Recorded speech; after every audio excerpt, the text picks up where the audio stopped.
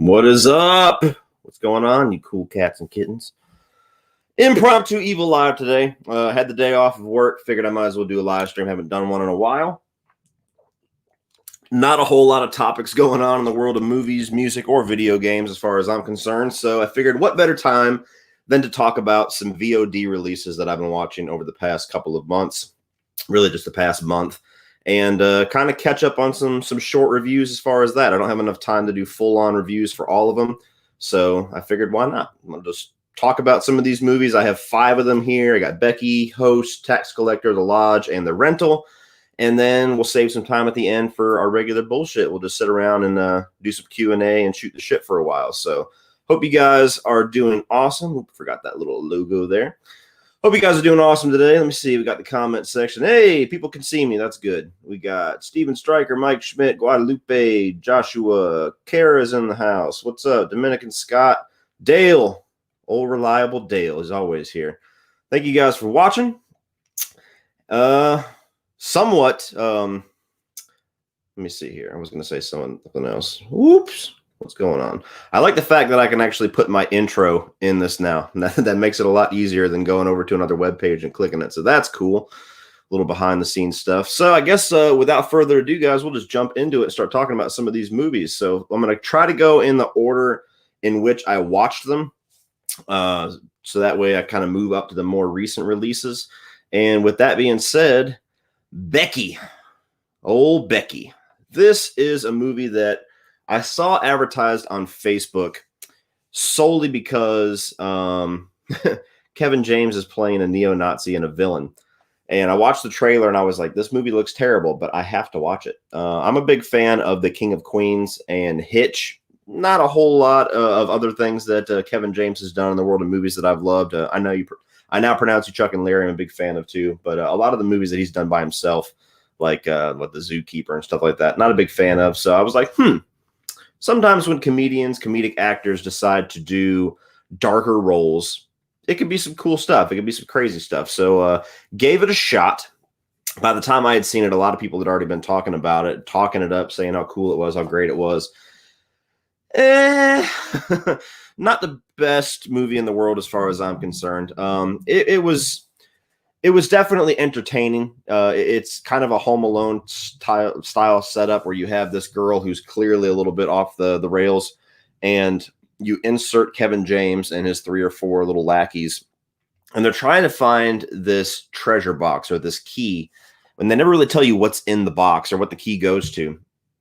And they kill Joel McHale, which Joel McHale is the worst part of the movie. I will say that. Kevin James is 1,000 times better in this movie than Joel McHale is.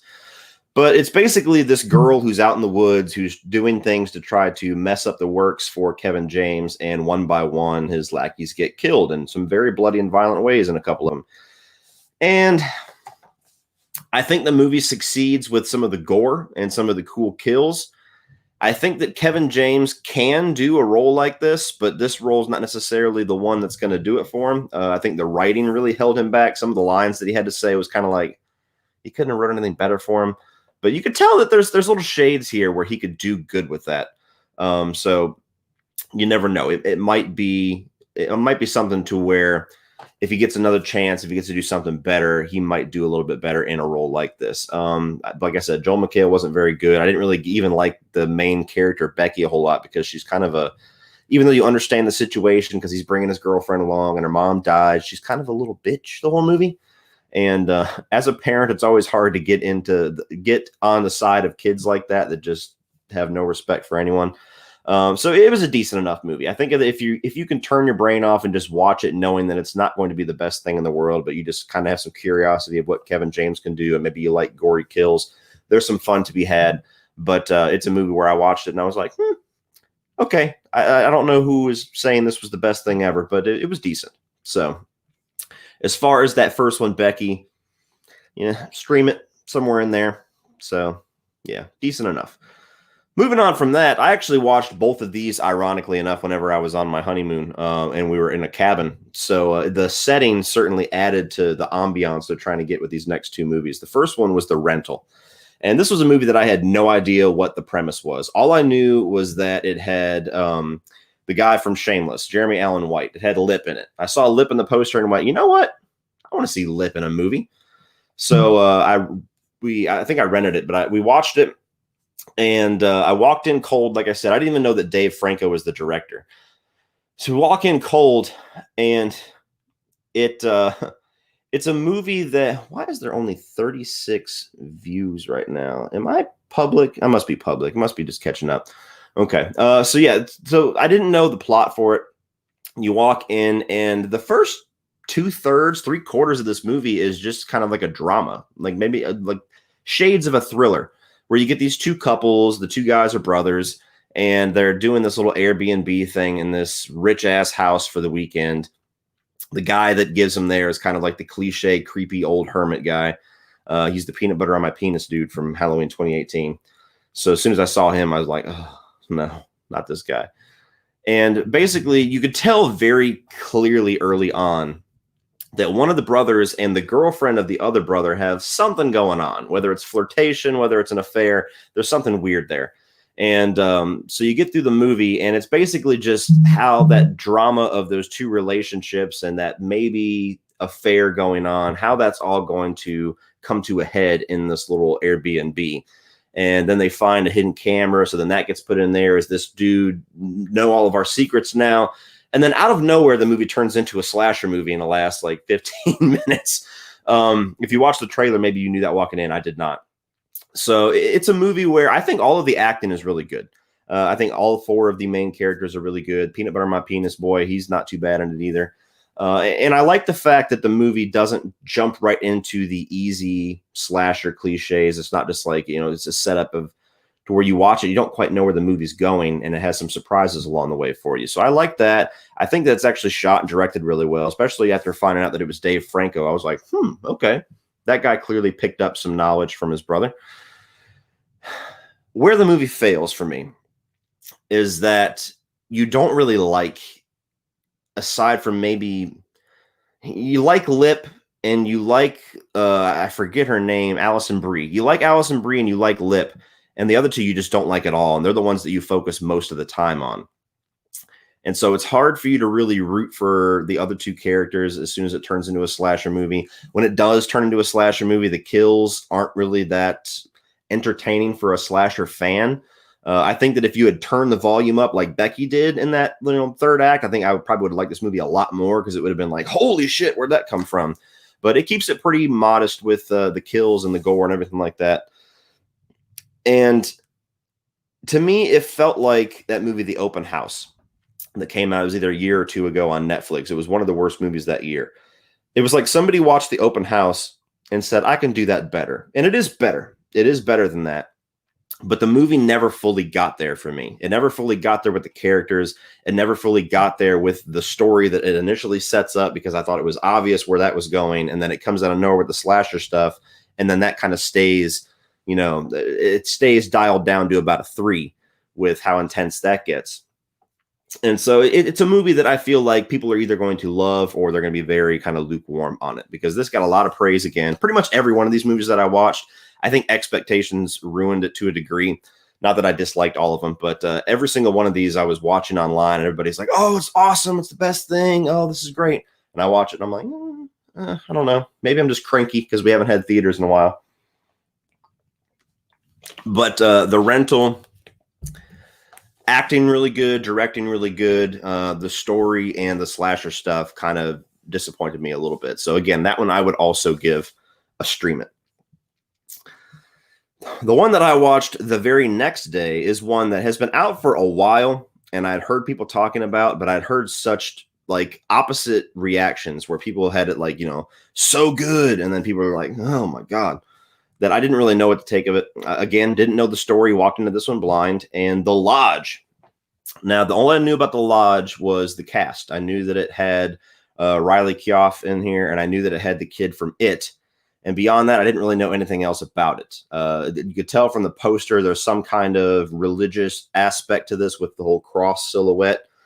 And essentially what this movie is you have these two kids, their mother commits suicide at the beginning of the movie, and quickly you get caught up however many months later, and the dad is dating Riley Keough.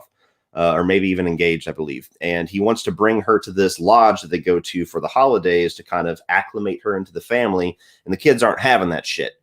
And so he ends up leaving immediately after this for some reason. He gets called back to work right after driving to this place. And the kids and Riley Keough are left in this, abandoned lodge that's snowed in for weeks. And things start to go crazy in this lodge where all the food disappears, the heat goes out. There's like these weird religious things that start showing up around the house. And the movie's very like psychological, where it's trying to get into your head, just like it's trying to get into Riley Keough's character's head. And the first thing that struck me about The Lodge is that somebody clearly saw Hereditary, because this movie is definitely going for the same vibes, definitely going for a lot of the same tricks. Like there's the whole thing that they did in Hereditary where they would zoom in on the model house like it was a regular room, and then it would transition into the real room. They do things like that in here where they take a scene of the movie and they show it with like these little figures. So that with the slower tone, it's one of those horror thrillers that kind of goes for those long drawn out shots to where it just focuses and zooms on an item for like 90 seconds straight. So stylistically, I'm like, okay, this is going for Hereditary. You start including some of the cult aspects and the religious aspects, and I'm like, okay, this is really Hereditary. You get to where things start to get revealed. I'm not going to spoil it, but things start to get revealed. I felt that was kind of obvious. I don't know if that was something that everybody's picked up on. I don't know if maybe when you get to that third act, everybody was like, or a lot of people were like, oh my God, that's crazy. I kind of saw it coming. And so once the movie reveals what's really going on, then it just goes off the deep end as far as getting as dark and depressing as it could possibly get. And it goes that way all the way to the end, to the point where I'm watching it and the movie has already been so slow and taxing all the way. And then it ends with that, to where it's like, I appreciate what you're going for, but I will never watch this movie again. This is not one of those movies that I would call entertaining to watch. Again, positives. I think that all of the acting is really good. I think that stylistically, the things that they're going for as far as the psychological and the atmospheric of the lodge and that isolation, I think they do really well with. It's a movie that will get under your skin in some spots, especially if you have a lot of ties to religion, because there's some things that they go for that certainly I've seen people's reaction that are very religious to Hereditary. I would assume that they would have the same reaction to this, good or bad. But I hated the father. I don't know if you're not supposed to, but I never understood why you would just bring this strange girl and be like, okay, watch my kids. I'm going to be gone for 2 weeks. And he never checks up on them, never tries to talk to Riley Keough, which doesn't make a whole lot of sense to me, involving with the whole twist they have going on. That he never wants to speak with her the entire time that all this craziness is going on. And like I said, it's one of those movies that they're definitely going for that, but it's one of those A24 vibe movies where they all kind of give off the same vibe, to where it's just like, okay, we're going to go for this real slow, methodical, slow burn, psychological deal. And it's going to get really dark and depressing. And then we're just going to end things. And so rewatch factor was really low for this one, which is a big thing for me as far as how I rate movies. So again, I might be cranky with this whole no theaters thing, guys, but again, this is one that I would give a stream it to. I kind of felt that way about a lot of these movies where I watch it and I'm like, I want to see something on the big screen. This isn't doing it for me. So The Lodge, again, good. If you like Hereditary, I would give it a shot. Moving on from that is one that I actually had a good bit of anticipation for, because as much as he lets me down, I really root for this director, and that is The Tax Collector.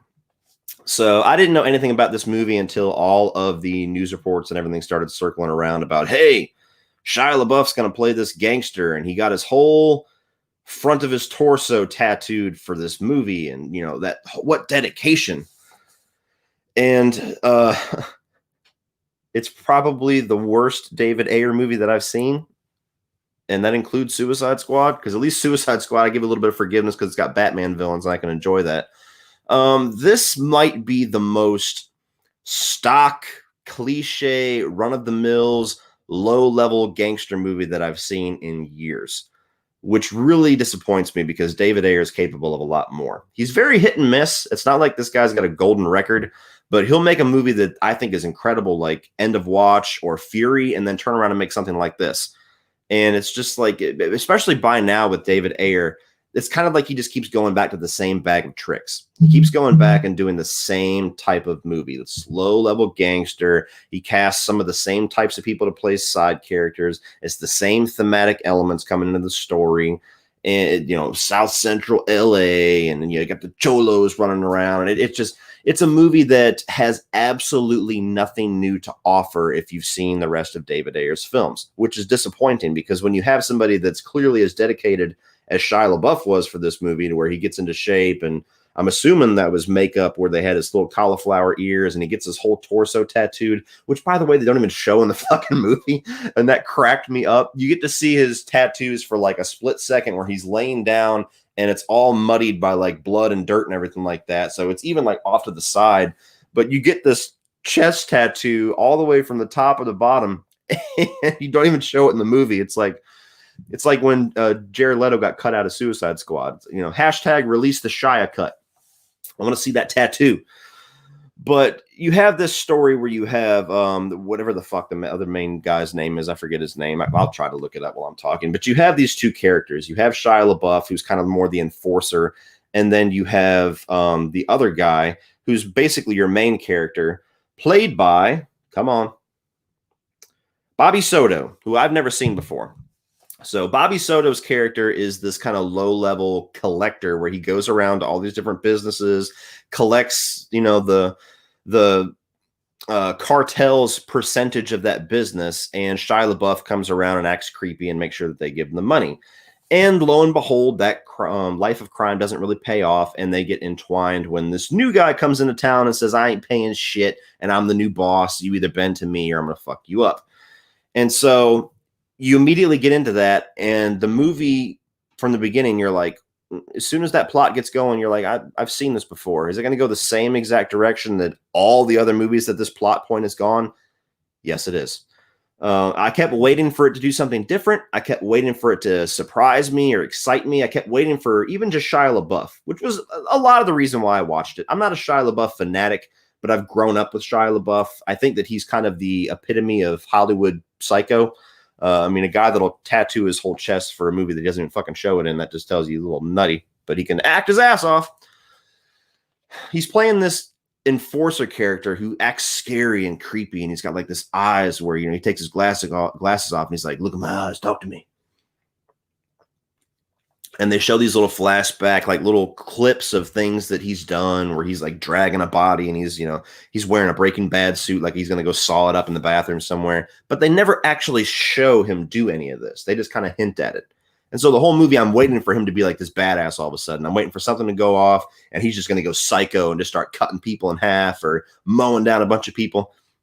And spoiler alert, it never comes. As soon as you get like a shootout with him, the movie takes a turn and you just never get to see what Shia LaBeouf's big deal is. And I also thought it was really confusing, especially in a time where there's so much sensitivity regarding, racial things, how you could cast Shia LaBeouf to play a Mexican and he can get away with that. Now, they're saying he's just a white guy, but if you watch the movie, he'll talk like Shia LaBeouf. And then that kind of, cholo gangster shit kind of starts to come out, and he's like, hey, what's going on? What up, Holmes? What's up, Holmes? And it just comes through, and it's like two different performances that just cut in and out. So clearly he's portraying that Mexican gangster culture. So it's weird to me that you can get away with casting a white guy to do that. I'm not personally offended by it, but with how sensitive things are nowadays, I'm just surprised they could do it. I'm surprised that he would do it. So that was kind of strange. And then the movie goes off into this direction where it's all about Bobby Soto's kind of redemptive arc to where he's trying to get himself out. And again, when you see that kind of arc start to begin in this movie, you're like, is this going to go the same direction I've seen it go before? And the answer is yes. There's nothing this movie had that surprised me. Even when it decided to get gory out of absolutely nowhere, like there's a spot where they hold a guy's head out of a moving van and rub his face against the moving pavement, and he comes up and his whole face is just gone. There's moments where the movie gets gory out of absolutely nowhere, and there's moments where the movie would actually be enhanced by some gore that they hold back. So that was a weird choice. The villain in this is so cliche, over the top, I'm the new guy on the block, that he offers absolutely nothing new. And they go so far with trying to make you hate this guy. Like, it's not enough to just say, this is the bad guy, this is the guy you're supposed to hate. And you're like, okay, movie, I'm on board. Then they make him even more evil. And then they have like this whole Santeria shit going on because, you know, cliche Mexican gangs, they got to be involved with some voodoo shit. And they bring in this chicken, and he, like, you know, guts the chicken for this little Santeria curse that he's got going on. And then they just bring in this random chick, and she derobes, and he does the same shit to her, and she's like willing. She's like, oh, I'm a worthy sacrifice. And you're like, what the fuck is going on here? There's even like a reveal. It's not a plot point like where it's going to be a spoiler, but there's this guy. I forget what they call him, the wizard or something like that, who's like the dude who runs shit. He's the guy in prison. He's the shot caller. He's the one that everybody works for, bows to, fears. And they keep showing these little obscured scenes of him on the phone. And all I thought when I watched it, I was like, now who is a Hispanic actor that would actually make sense to be a hidden, like, surprise casting for this role? And the first name that popped into my head was the correct answer. So when they reveal him at the end, I was like, of course. Like, who else would it be? So yeah, this is one that I'm going to have to say skip it, unfortunately. I'm not going to say stream it because there's so many other movies that do this exact same thing that's more worthy of your time. Even movies that David Ayer has done himself. Like, if you want to see like a low-level crime movie that he's done great, watch Street Kings. Street Kings is really underrated with Keanu Reeves. That's a badass movie.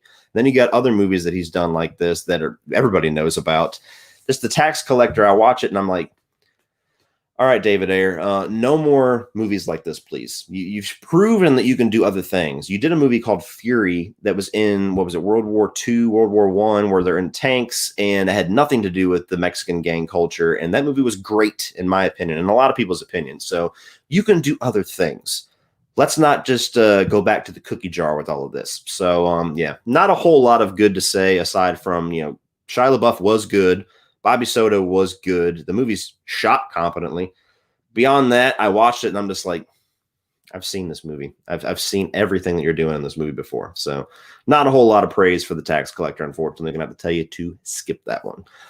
And the last one that I watched, so we're going to have quite a bit of time for Q&A.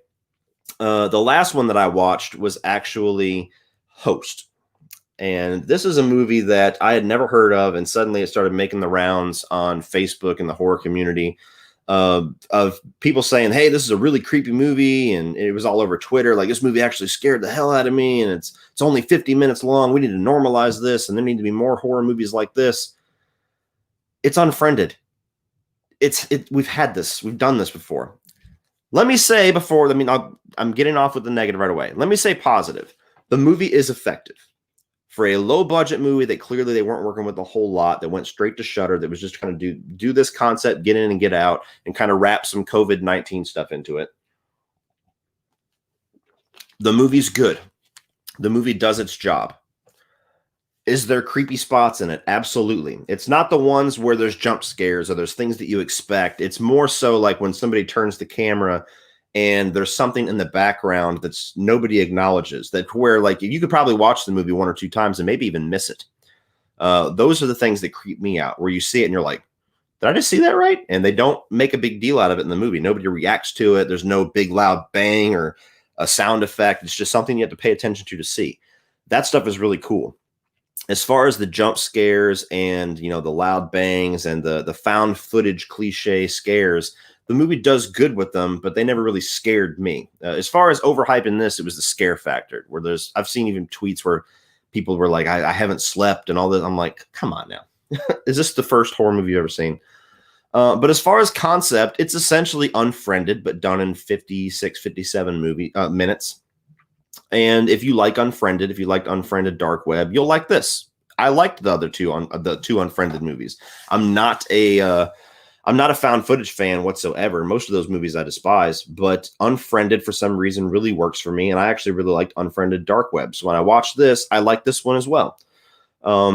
If you're somebody that enjoys that found footage kind of, webcam, Skype, Zoom call style horror, then this is right up your alley. I don't know how many other movies have done this besides Unfriended, but it's on Shudder. So if you got a Shudder account, it's free for you to watch. And it's only 57 minutes. So you get in, you get out. It's not a movie that you have to invest a whole lot of time in.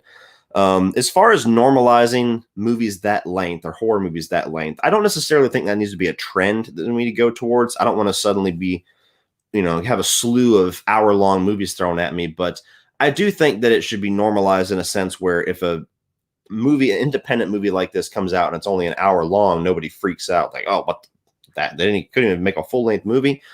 Maybe the movie doesn't need to be an hour and a half. This one certainly didn't. It certainly didn't. So I like that.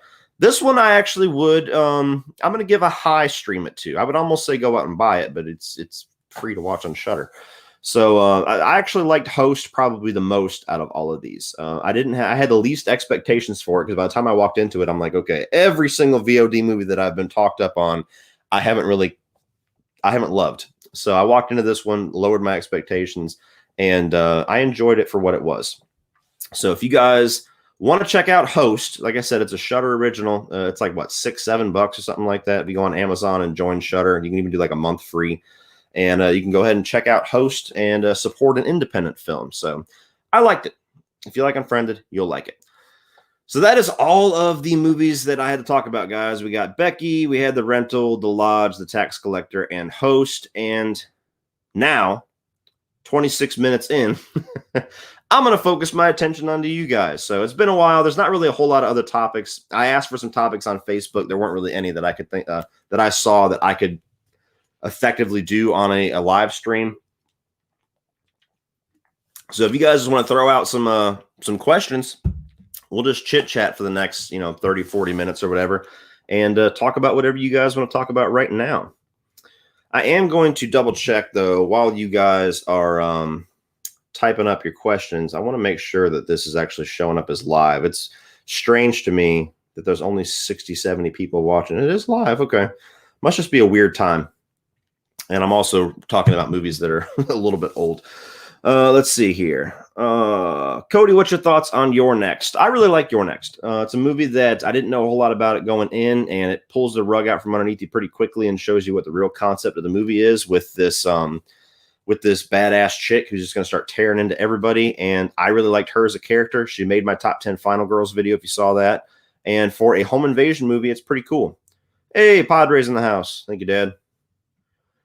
Let me see. How would you rank the movies you just talked about? That's a good question. Okay, so if I'm going to rank them, what do I got here? 5 movies. So number 5 would be The Tax Collector. That one was the worst one that I saw. A step up from that is going to be Becky at number 4. A step up from that is going to be The Lodge, strictly because of rewatchability. Then you have The Rental, and the best was The Host. So that is how I would rank those if I was to rank them really quickly. It was actually pretty easy to do. All righty. Easy one. What should I watch or should I watch? Which one of those should you watch? The only one that I think is your type of movie is probably The Tax Collector, but it's, like I said, it's not very good. So I don't think any of those I would recommend to you, Daddy. Let me see here. Have you been scared by a movie in the last 5 years? I haven't been scared by a movie in 30 years. There's only 2 movies. I say this all the time. There's only 2 movies that I could ever honestly say scared me. And it's Pet Sematary and the 1990 miniseries of It.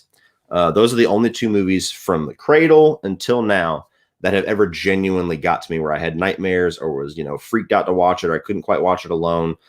Zelda did that for me with Pet Sematary, and then Tim Curry's Pennywise was the first horror movie character that actually found his way into my nightmares for a while.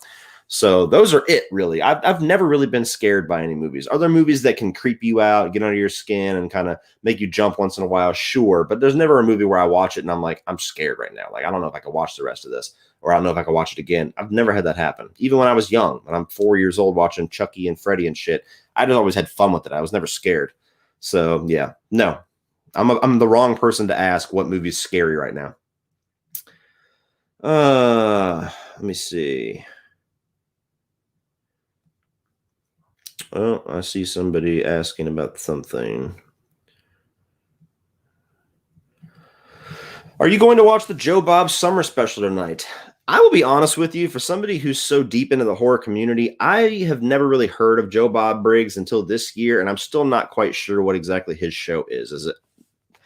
Maybe you could tell me really quickly in the comments, but I'm not really sure what his show is. I don't know if he just showcases horror movies or what. So no, I'm not going to be watching it. I never really hear anybody talk about it. It just gets mentioned on Twitter every once in a while. So I don't really know what the show is. Have I been missing out? I'm not sure. Oh, I got a super chat. Chase Ward, where are you? Shit. Chase Ward, thank you so much. Have you seen the movie Trick? If not, it sucks. LOL. If you have seen it, did you like it? I have never heard of Trick. So I apologize. It's going to be such a short answer to your question, but no, I've never heard of Trick. I'm trying to think. No, I've never heard of it, man. I'm sorry. I don't have much else to say beyond that. No, I haven't heard of it. I don't know what the movie is. Let me see. Okay, you know what? My dad corrects me. What about the Texas Chainsaw remake? For a first-time watch, that movie did genuinely scare me. I got over it pretty quickly. But as far as movie theater experience scares, that is the scariest movie that I've seen. Me and my dad went to go see that one when it came out. We were in a smaller theater with like maybe 2 other people. And I hadn't really grown up on the Texas Chainsaw movies, so I hadn't really have a whole lot of experience with that subgenre, if you will, of like this, you know, torturous and cannibalism. And it was very new to me. And that movie is pretty intense at the time. It was especially. So yes, that as far as movie scary experience was definitely up there. Worst to best Hannibal seasons. It's been so long since I watched them. I don't know if I could rank them. They're all 3 incredible. I'll say that. I mean, it's for a show that I expected jack shit from. That movie or that show was pretty damn awesome. And I'm going to be pissed if we never get a follow-up, because they need to do what they did with season 3 with the Silence of the Lambs. Season 3 of the show, if you guys haven't seen, they basically take Red Dragon or Manhunter, and they take the movie Hannibal, and the season is split into 2. So it's like 6 episodes of a TV show recreation of Hannibal, and then 6-episode recreation of Red Dragon. And it's awesome. I think that it's actually better than both of the movies. So if they did that with Silence of the Lambs, they have big shoes to fill, but I think it'd be pretty badass. Let me see here. Just an interesting one. Eli Griffin. As you look back on your older videos, what would you do differently if you made the same video today? There's really only one review series that I look back with a tiny bit of regret, and that's the Nightmare on Elm Street series, because that was the first movie franchise that I reviewed, and I still hadn't quite gotten my style down yet. There's still a lot of this key stuff that I do now, but as far as like creating my own backgrounds for each individual review series and having like, especially for a series that I love so much, having like this free flowing narrative through all the intros, like I've been doing for Saw or like I did for Halloween, there's little opportunities that if I was going to do that review series now, I would do those differently to make it just a little bit better. As far as like the reviews, all of the things that I said, they would be pretty much exactly the same. But that's really it. I mean, when I look back at older videos, like the first year of stuff that I was doing, you could tell that I'm not quite as confident as I am now. It's not quite as easy. It doesn't come as natural. So there's times where I'll watch an older video and I'm like, you could tell you're struggling for things to say. And when I used to do shorter videos, it'd be like 4 minutes, 5 minutes. Now I do like, 12, 13, 20-minute videos. But that's about it, really. Let me see. Who are your top 5 horror movie villains in order? This is actually a topic that comes up a lot on Patreon whenever I do my vote for my Patreon pick every month. the past 2 or 3 months, this is come up to do like my top 10 horror icons. So I'm gonna hesitate to answer right now, just because I think that I'll give you 5 of my favorites in no particular order. Obviously, Freddy and Chucky. Candyman is up there. Jason. I don't know if I'm going to put Michael or not. I've had a rough relationship with Michael the past year or so. So if Candyman's up there, I do think as far as his movies are terrible, but I do think as far as an icon that Pinhead's pretty badass as far as how he looks. Leatherface is pretty awesome. I mean, it's the classic answers. There's nothing fucking new that I'm going to tell you guys that probably everybody doesn't already say as far as the answer to that question. Stay Metal Ray, what's up, buddy? Are you planning to do more music-related content? I really enjoyed your Godsmack video. Thank you, man. Yes, I do. I have a Metallica ranking that's going to be coming out at some point. God help me when that happens, because Metallica fans are assholes. But I have that coming out. I'll probably find a couple more bands like Alter Bridge or somebody that I've have a lot of experience with to do some more rankings. But the one that I'm excited about, that I'm going to do by the end of the year, you already know about because I've contacted you about it, is top 10 Alice in Chains songs. It was actually a Patreon request. CP might be doing it with me. I know he's having a bit of struggles right now, so I don't know if that's going to get better or worse for him. Hopefully it gets better. And the YouTube video is the least of his concerns right now. So I'm not really worried about pushing him to do it. But the top 10 Alice in Chains songs, I have a lot of ideas as far as production to go into it. Like there's a lot of intros and transitions and stuff that I've worked on. For those of you that have seen it, I did a little TikTok video today. My wife and Lindsay, Mother Mayhem, have been kind of grooming me to be a TikTok guy for a while. And I was like, you know what? Maybe there's some cross promotion, some ability to have some fun with that, do some little, like some of the skits that I do some of those just for TikTok or something like that. But I did a TikTok today where I did a little bit of music in there, and I plan on doing something to that effect with this Alice in Chains video for some of the songs. Not all of them, but maybe, I'll put a few snippets here and there just to kind of fluff the video out more than just a regular old top 10. So I'm actually really excited for that one. I don't know when it's going to come out because there's obviously a lot that's going to have to go into it. I'm planning by the end of the year, really. That's just my goal. But yes, I do plan to have more music-related content. I've been trying this year, especially with movies kind of calming down a lot, to try to ramp up the other 2 sides of my channel as far as doing more video game reviews and rankings and doing music rankings. And so I'm going to try to keep that up to a degree, even whenever movie theaters open back up and that stuff starts going full steam ahead again. To try to keep all 3 of those aspects of my channels going pretty good. Movies is always going to be the biggest part of it. But yes, I plan on doing more music related content. Thoughts on No Country for Old Men from Shake and Bake. I absolutely love that movie. It's my favorite of the Coen brothers movies. I think that the acting and some of the characters in it are awesome, and I fucking despise the ending. I think that that is a prime example of why you should change things sometimes when you're adapting from novel to movie or from video game to movie or vice versa. Things don't translate well sometimes from page to screen, and that ending, the way that they conclude everything, is a prime example of that for me.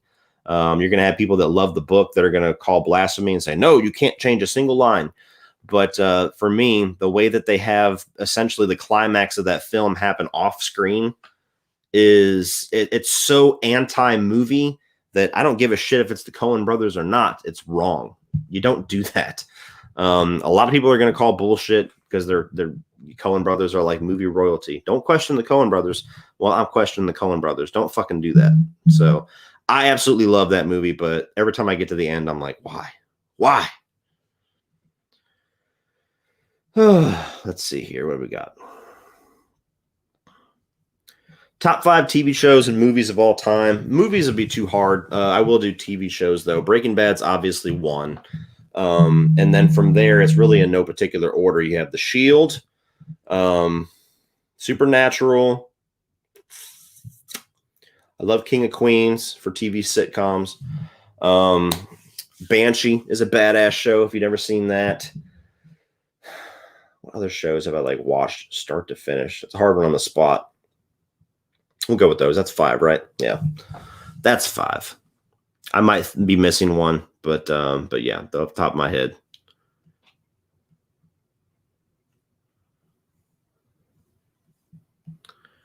Let's see here. Are you excited for Scream 5? Daniel Muscat. Not yet. Scream, I've always been middle of the road fan with. There was a long time where I was not a fan of Scream whatsoever. I've come around to it. I actually enjoy those movies quite a bit now. But I've never been a super fan. I've never been to the point where I cannot, like, if I never got another Scream movie the rest of my life, I'd be okay.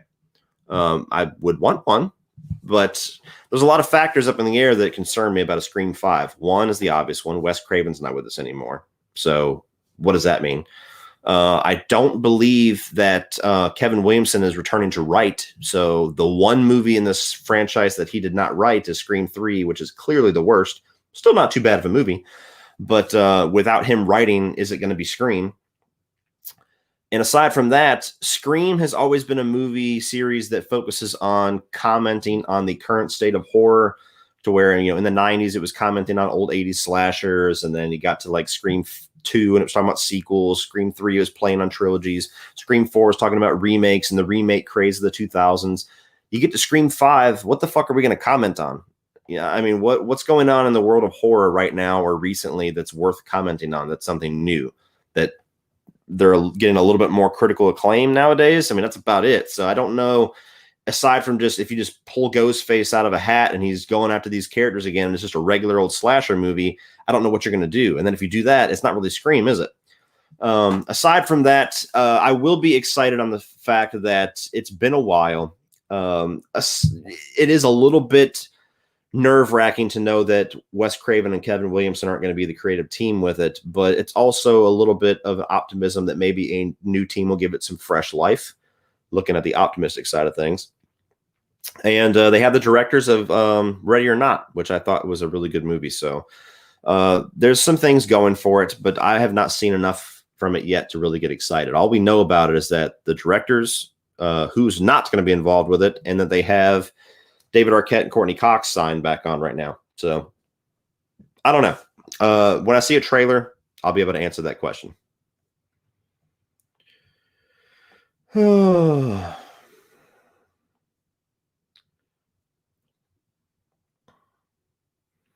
Okay, Mike. Last Drive-In with Joe Bob Briggs is a live stream on Shudder's channel. He watches horror movies and usually does a big intro with drive-in totals. He takes breaks to discuss what he has seen so far. So is it kind of like a movie hosting thing where you can watch along with him and he's just commenting on it the whole time, or is he showing the movie? I'm a little confused on how that works. But I mean, it sounds like I might enjoy it. I've seen Joe Bob Briggs in the In Search of Darkness documentary. He seemed like a strange guy, but yeah, other than that, I don't really know. I do see a super chat, but I'm going to answer this one first. Tommy Gibbons, thoughts on Sons of Anarchy and Mayans MC? I have not watched any of Mayans yet, so I can't comment on that. I don't really have a whole lot of interest in watching it, to be honest. Sons of Anarchy, I love. That's a show that it's not the greatest show in the world. I think that it's actually a bit overrated, but I still love it. It's a show that's very entertaining, has some great acting, some awesome characters, a lot of carnage, especially as the show goes on.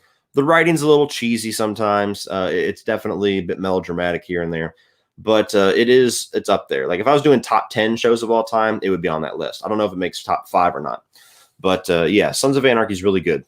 I would give a recommend to that one. Actually, currently Mother Mayhem is watching Sons of Anarchy because I was one of the people recommending it to her. And every time somebody dies, she messaged me. She's like, fuck you, making me watch this goddamn show. And we got our super chat. The fuck do I have like a dog hair or something floating around? Michael Swift. Hey, Cody, that Netflix film Babysitter, there's a website you can go to called Stinky Tuna. It's a weird website name where you can buy a Blu-ray copy of the movie. Well, if I can navigate the web by typing in Stinky Tuna and not getting bombarded with some shit that I really don't want to see, I might I might get a hold of that Blu-ray. Thank you, Michael. On the subject of Babysitter, I am working currently, and have my fingers crossed very hard that I'm going to be able to get a preview screener of Babysitter 2, like the Babysitter Killer Queen, I believe is what they're calling it. So I'm not going to promise it. It's supposed to come out next month, but I might be able to put my review out a little bit early. I don't know what the review embargo will be, but I loved The Babysitter. The first one, it was my favorite horror movie that year. This one, they just released some pics for it. It seems like the gang is coming back, except for Samara Weaving. And I'm holding out hope that maybe they're just keeping her secret. Like she's going to come in at the third act or something, because she's the babysitter. I don't know how you do a sequel without her. And she was alive by the end of that movie, if you stay for the post credits. There it is. Fucking dog here. So, yeah, I'm excited for it with hesitation, but I'm going to try my best to get a hold of that screener. I've been contacting the Netflix people for the past couple of days trying to get that. Let me see here.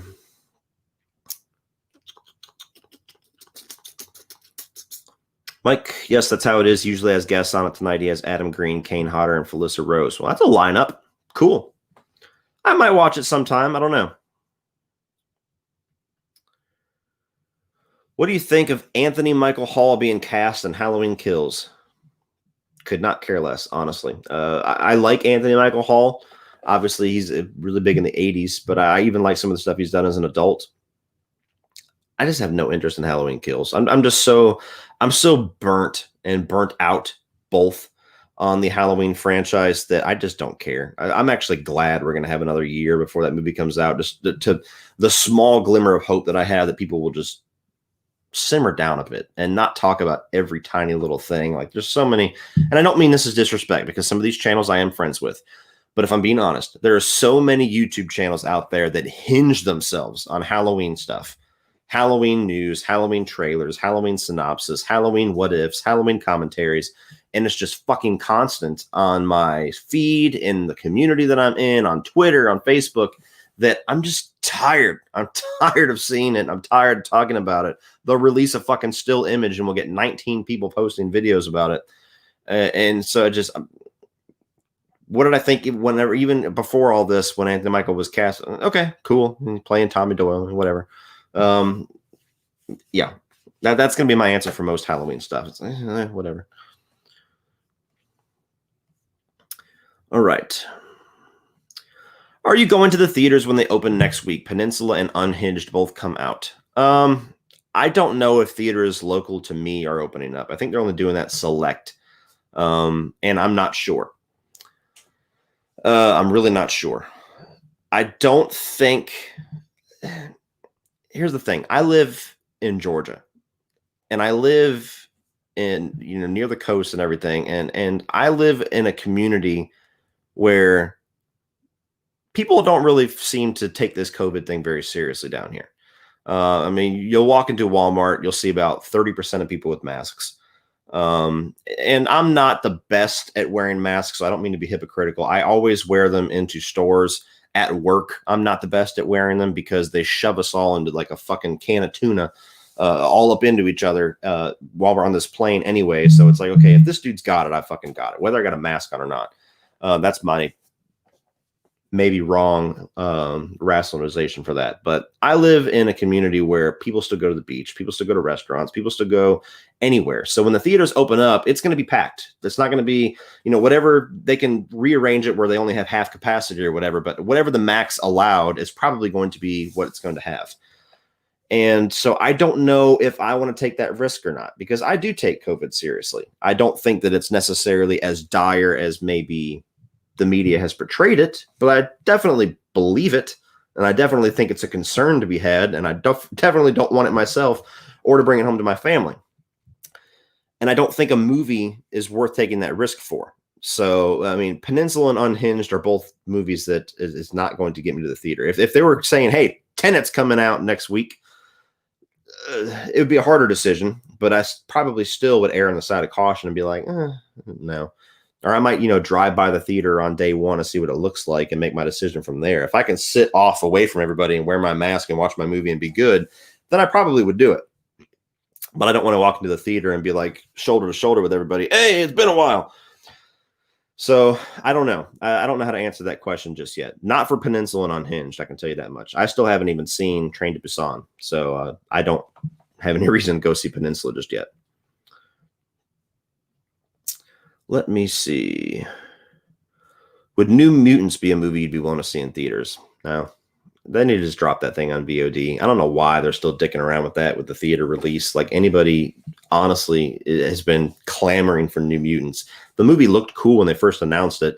Then you had Dark Phoenix, and everybody went, okay, we're tired of this X-Men. And then they delayed it 19 times. And then they go back to the director and say, okay, recut the movie back the way that you want it. We were going to do reshoots and change it, but now, fuck it, do whatever you wanted to do. That was cool.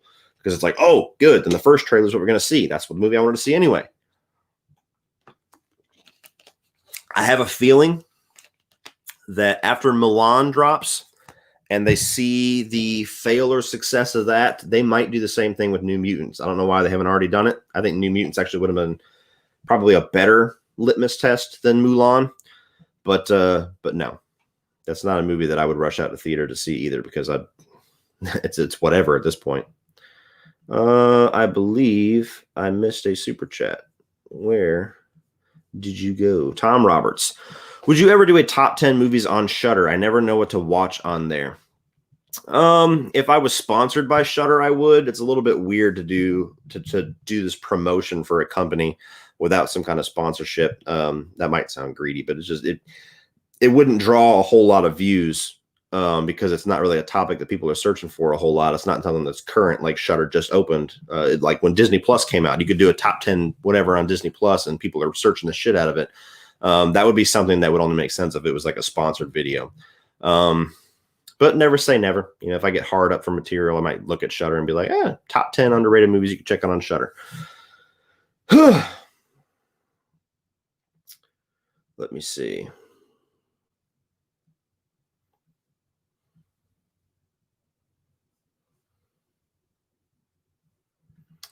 Joseph Noble, Cody, I watched Blended last night because it was free to stream and I wanted to study it to see the decline of Adam Sandler's filmography over the past decade. I have to admit, I laughed hard at times. Blended's not terrible. I've only seen it once. It's got some moments, but it's, as far as timeline, let me pull it up so I don't misspeak. But for me, especially when I was doing this top 10 that I just got done, let me see here. Adam Sandler.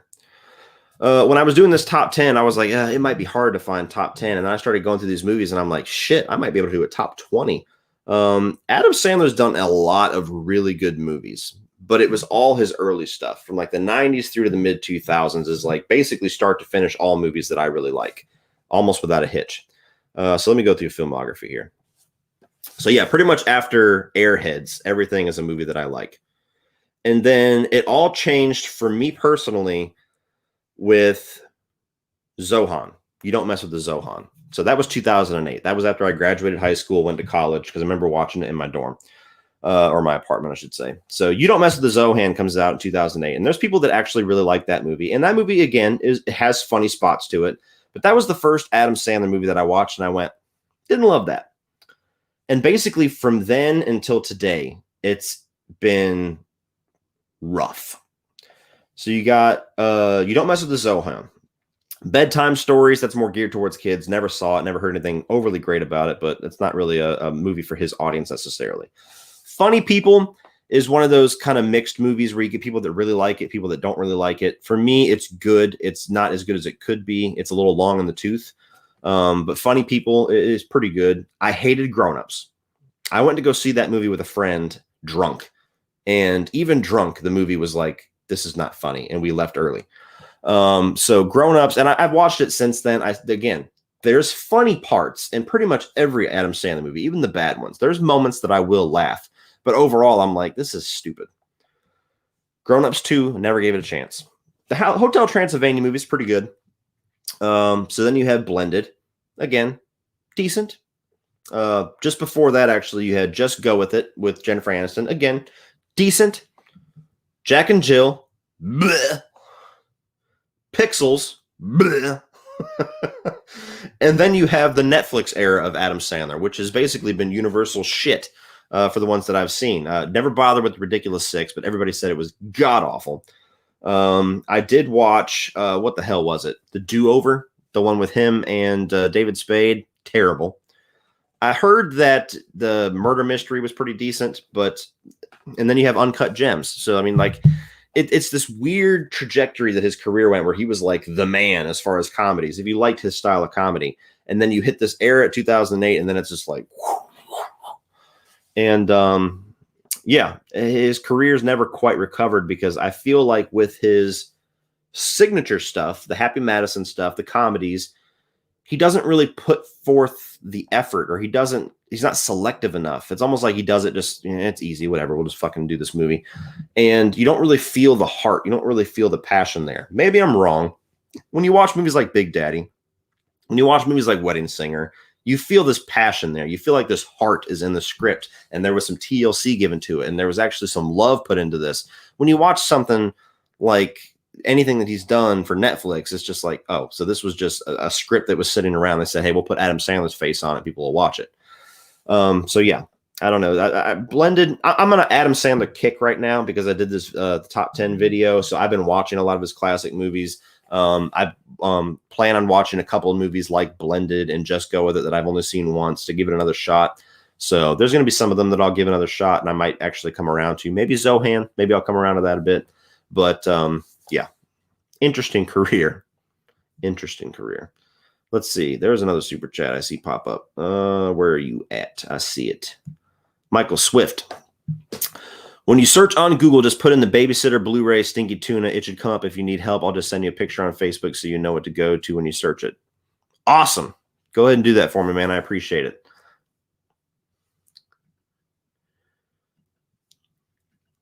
Let me see. Here's an interesting question. Rogello Escalero. What horror movie characters, if they switched roles, would deal with their situation better? For example, Andy in The Shining and Danny in Child's Play. That is an interesting question that I actually would probably need to think on. Andy and Danny, that's an interesting swap there. Fuck. I hate these when I think it's a cool question, and then I'm like, and I blank. Trying to think who you could switch Ash with from Evil Dead. Swap him with somebody. Swap him with like Nancy or something like that for Freddy, and just see them go at it. I don't know. Maybe it wasn't the best question for a Q&A on a live show, but it's an awesome question if I had time to actually write it out and think of it. Have you seen Mr. Deeds? Yes, big fan of Mr. Deeds. When I did my honorable mentions, that was more so just movies that I kind of picked out of a hat, where I was like, oh, this is underrated, or like Reign Over Me, where I'm like, this is his best performance. It's even better than Uncut Gems. If I was to do like a top 15 Adam Sandler movies, Mr. Deeds would have been on there. It might have been number 11. I really like Mr. Deeds.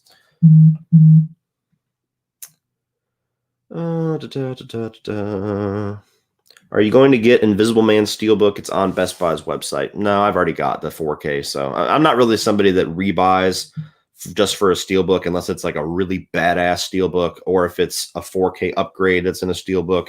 So no, I'm not really somebody that does a lot of buying the same movie. And Invisible Man, I loved it, but it's not a movie that I would even do that for. Like, it would have to be something like The Thing for me to like, oh shit, they got a new cover, let me buy it. Let me see here.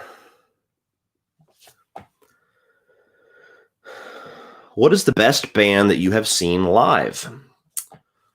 That is a hard one, because I've seen a lot of great bands live. Alice Cooper will always stick in my mind as a big one, because that was my first concert and my third concert, and they were both awesome. He actually puts on a big stage show and everything, so seeing him live is like seeing a show, not just a band that comes out, jams, and leaves. So he's awesome. One of the best concerts I ever saw with my dad was the Mass Chaos Tour. I think it was in 2012. It was Godsmack, Stained, and Hailstorm. And then they had this band called Man-Made Machine open up for them, who is disbanded since then, but they were a pretty kick-ass band too. They only released one album. So it was Man-Made Machine as the opener, which the openers usually is the coin flip whether they're good or not. They were awesome. Then you have Hailstorm, who I'm a big fan of. Then you have Stained and Godsmack, who I'm fanatics over. And every single one of them played great. So that was one of the best concerts I've ever seen. Alter Bridge has been incredible both times that I've seen them. Tremonti was even great by himself. I saw him with my dad in a small little club here in Savannah that was open for a sneeze. I mean, you could like literally reach out and touch Tremonti's leg while he was playing. So who was the best? Judas Priest. Both times that I've seen them are pretty fucking incredible. It's hard. I have not seen a bad concert. That's what makes it difficult. You always hear these stories like, I saw this band, they sucked, or the singer was fucking had a cold, or this guy's not good live. Every band that I have seen live has been great. So I don't know if I could pick a best one, to be honest with you. It's razor thin difference. Oop, I got a super chat. I just saw it. Marshall Boy, what are some movies that have your favorite Carnage candy? Evil Dead remake, The Thing, as far as kills, those are the top two as far as like practical kills. There's a lot of slashers. I mean, there's a ton of kills in the Friday the 13th franchise. Halloween 2, the Rob Zombie one, has got a lot of Carnage candy in it, as well as the original Halloween 2, honestly. Halloween 2018, for as much as I hold against it, had some really good gore in that one as well. There hasn't really been a Freddy movie that's had a ton of carnage to it. That gets a little bit more goofy with the kills. Yeah, again, that's another one I'd probably have to think on for a while, but those are some. Certainly the Evil Dead remake is up there. Favorite Samuel L. Jackson movies. Love Die Hard 3. Love Long Kiss Goodnight. Deep Blue Sea, he's really fun in. I'm about to pull him up too. As far as movies that he's been the main guy in, that might be a little bit harder because he's a great side person. He like adds this huge element to any movie that he's in. Let's see. Samuel L. Jackson filmography. Here we go. And he's been in a shitload of movies, so this is probably going to be like a mile long. All right. Yeah, so the two that I just said, I just passed those. True. Pulp Fiction. I don't know how I didn't think of that one. Yes, Pulp Fiction. That's obvious. That might be the best as far as him. The Negotiator is awesome as far as a movie that he's the star of. Love that movie. Shaft is kick-ass. Really was disappointed with the Shaft that came out last year because it was just a totally different tone. So Unbreakable and Glass, he's great in. Love both of those, especially Unbreakable. SWAT. Really like that movie SWAT, actually. I think David Ayer wrote that one. We were talking about David Ayer earlier. And it's been a little while. I don't see anything recent. He's been mostly Marvel shit for a while since then that I can think of. Yeah, that's enough for me. So yeah, those are the big ones there. Any of those that I just named, those are pretty awesome. Mikey Hartley. Hey, Cody, do you have any favorite full moon movies? For example, Puppet Master, Demonic Toys, Killjoy, or any other cheesy horror movies? No. I haven't seen pretty much any of them. I've seen the first two Puppet Master movies. I've reviewed the first one for this channel. Not really a fan of those either. It's really hard for me to go back and watch those real low budget, like purposely cheesy, grindhousey kind of horror movies now. If I had grown up with them, maybe it would be not too bad. But yeah, like those or the trauma movies and stuff like that they're a huge fan base for. I just can't do it. I can't get past it. So Puppet Master, the first one was actually a Patreon request, and I watched it and I was like, oh wow, this is rough. I watched the second one about a month or two ago. A buddy of mine from work gave me the Puppet Master collection and wanted me to watch a few of them. And I finally got to the second one, and that one was about like the first one, a little bit better maybe with the, what is it, Tulin, that character, him kind of coming back, but it's so bad that there's very few bad movies that I can watch and be like, I love this because it's so bad. Sleepaway Camp's like one of the few. So yeah, no, not a whole lot of those movies on that kind of list that are doing anything for me. Oh, let me see here. Are you a fan of the band Creed? They played great songs in H2O and Scream 3. Yes. Huge fan of Creed, actually. I was a fan of Creed before I was a fan of Alter Bridge. Alter Bridge wipes the floor with Creed, But Creed is a very underappreciated band. Now, they were one of the most successful bands ever, especially at the time. So it's not like they didn't have their success, but they kind of became the blunt of a joke after a while. Like, people kind of called them Christian rock, and it's certainly with Scott Stapp being a bit of a whack job, that didn't help. So anybody that associates Creed with him kind of shits on Creed. But Creed is a damn good band that has done a lot of great music. Even that reunion album that came out like in 2009, Full Circle, was kick ass, heavier, a lot more technical. It was like Alter Bridge style music coming in with Scott Stapp. So yeah, Creed I actually think is very underappreciated. Regardless of your thoughts of Scott Stapp, the writing all around and the musicianship in that band is awesome. And if you do like them and you haven't given Alter Bridge a shot, give Alter Bridge a shot, because it's like Creed 9.0.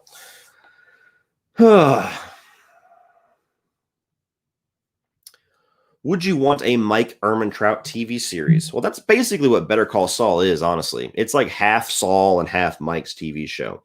But whenever Better Call Saul ends, would I watch a show just about Mike, like about when he was a cop or something like that? You're damn right I would. He might be my favorite character on the show. So yes, absolutely. I think when they get done with Better Call Saul, it's good to just kind of let the Breaking Bad universe settle. Maybe just leave it alone completely. But I wouldn't want them to just open it up and be like, okay, now we're going to do a series of this guy. But even before Better Call Saul was announced, when Breaking Bad was over, if somebody had asked me like, hey, do you want to see a mini series about any of these characters? I'd be like, yeah, Mike. I want to see Mike. Let me see here. Do you like Disturbed? I used to. And I don't say that as in I don't like them now, but I used to be a Disturbed fanatic. I used to love that band. Like their first 4 albums, I was huge on Disturbed. I didn't buy it, my dad bought it, but I chose my first guitar amp specifically because it was the brand that Dan Donegan, the guitarist from Disturbed, used. So, I mean, I was a big fan of Disturbed. Loved their first 4 albums. 10,000 Fists was the one that was just like, whoa, this band is the shit. Unfortunately, after Unbreakable, was that their 4th album, Unbreakable? I'm probably fucking up the name of that. Live Stream Flubs. After their 4th album, Indestructible. After Indestructible, you had Asylum, which was not a very good album. And that was the first album where I went, okay, this shit's starting to sound the same. When you have a signature sound like Disturbed has, and especially like David Draymond, the singer, has, to where it's a very distinct style, after a while, if you stick to that distinct style so much, it starts to sound repetitive. And that's where I'm at with Disturbed right now, where you had Asylum, and that was the first album that I went, I don't really like this album. It kind of sounds all like shit they've written before, and they've done better. Then they kind of took a break for a while. Then you had the next album come out, which I forget the name of, but it's the one that had Sound of Silence on it that's just been blowing up the airwaves. And that album had some good songs on it. That was a better album than Asylum, but still overall it felt disturbed, which some people would say is a good thing. Some people would say is a bad thing. And I was one of those people that went, okay, this is a better album. I'm glad to hear them back again. It's been a while, but it still sounds the same. And then they just came out with, what was it, Evolution? And I even made a joke about it because I listened to the couple of singles that they released, and I was like, if you call the fucking album Evolution, shouldn't you like evolve and do something new? This is the same shit. And that album is not good at all, in my opinion. So I'm at the point where I like Disturbed. I'm a huge fan of their older stuff, but I don't know if I'm ever going to like a Disturbed album again, because until they do something radically different, and they're the type of band where I don't even know if they can do something radically different without abandoning who they are, it's repetitive. You know, that's one of the reasons why I always defend Metallica. I'm going to be defending this on my ranking for sure. You know, people like to say that, you know, they sold out or whatever in the 90s, which I have a huge argument against the whole sold out thing. But if nothing else, you could say their content took a giant turn in the 90s, and they were never the same again. I like that. I like the fact that you have a band that says, fuck it, we're going to do whatever the hell we want, whether you like it or not. And not in a disrespectful way, just like, hey, we're the creative artists here. We want to express ourselves in whatever way we want to express us. Hopefully you like it. If not, it's what we're doing anyway. So you have a band like that has their speed metal era. Then they have their kind of their 90s era where they, there's a little grunge flavor in there. There's a little more hard rock flavor. There's some blues, and they got these different flavors. And then you go into the late 2000s where you have like Death Magnetic, where they kind of go back to the speed metal, but a little bit more modern. And you have all these different directions that they go. And you have this variety now to where every single Metallica album, for the most part, has a distinct sound to it. Maybe Ride the Lightning and Master Puppets probably sound the most, and then you have obviously Load and Reload. But for the most part, you have a lot of different eras of a band where they have these distinct sounds to them. And then you have a band like Disturbed where everybody's like, give us more. And they're like, fine, here's more. And you listen to their last 3 albums, and it's like, okay, this is one long Disturbed song.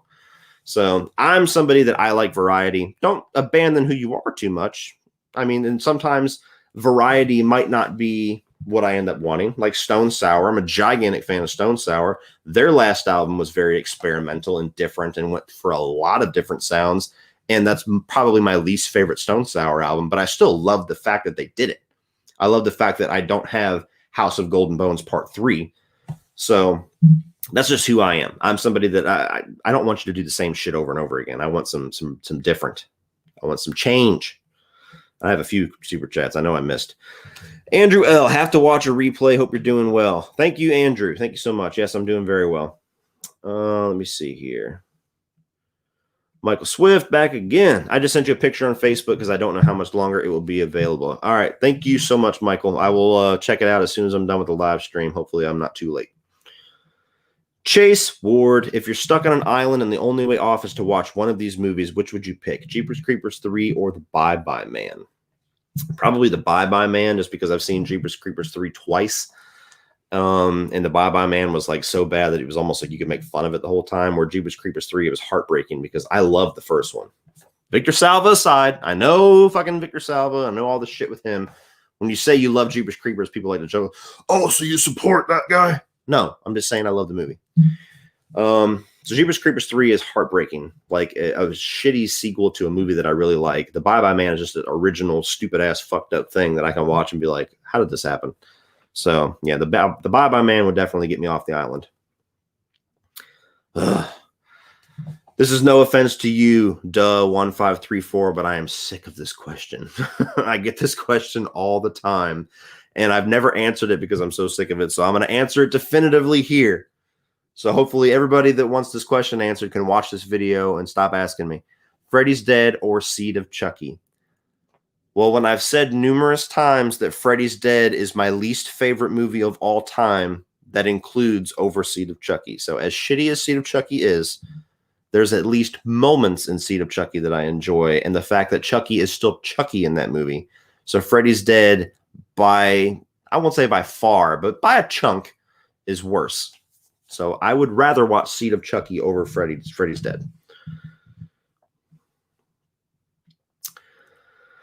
Ethan Holgate, do you like Tom Cruise movies Night and Day and Tropic Thunder? Never had any interest in Night and Day, so I've never seen it. Tropic Thunder, I think, is awesome.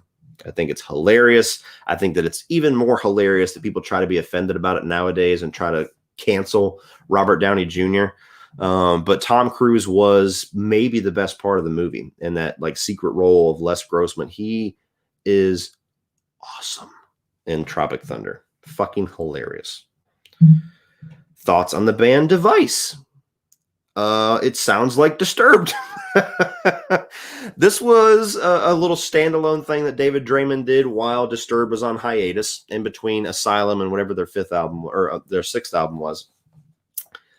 And aside from the cover of what's the name of the damn song? The song that Ozzy did with Lita Ford. I forget the name. It's Close My Eyes Forever. I think that's what it is. If you close my eyes forever. Aside from the cover of that song, which I think is actually pretty damn good that he did with Hailstorm's Lizzie Hale, the rest of this sounds like Disturbed, but with a little bit more electronic sound to it. That's what I mean. The writing and the singing style of David Draymond is so distinct. Even the song titles, like Vilify was the single for that. That sounds like a Disturbed song. So you listen to this album, and when you see somebody do side projects or solo albums, you want to see them kind of stretch their legs in a direction they couldn't in the band that they're in. That's the only reason to do a solo album. You know, like Corey Taylor for the longest time said, I am not doing a solo album as long as I'm doing Slipknot and Stone Sour heavily, because I can pretty much do whatever the fuck I want between those two bands. And now that Stone Sour is kind of going on hiatus, now he's going to do this solo album, which, if you can tell from the first two songs that have been released, are very different than anything Slipknot or Stone Sour. So when you have this thing Device, where David Draymond's like, hey, I'm getting together, we're going to do this, you know, album, this band Device, and do something different, and you listen to it and it sounds exactly like he took a bunch of B-sides from Disturbed over and said, play this shit. That's what Device sounds like to me. So yeah, I was not a fan of that. Loved the cover of Close My Eyes Forever, but aside from that, it was like Disturbed B-sides. Smith's Grove. Thoughts on a possible sequel to the 2019 Child's Play? Yes, please. That's my thoughts. It was successful enough to merit a sequel. It didn't like blow up the box office like Halloween did, but it made a good bit of money. I think it's like, what, the second or third highest grossing in the franchise.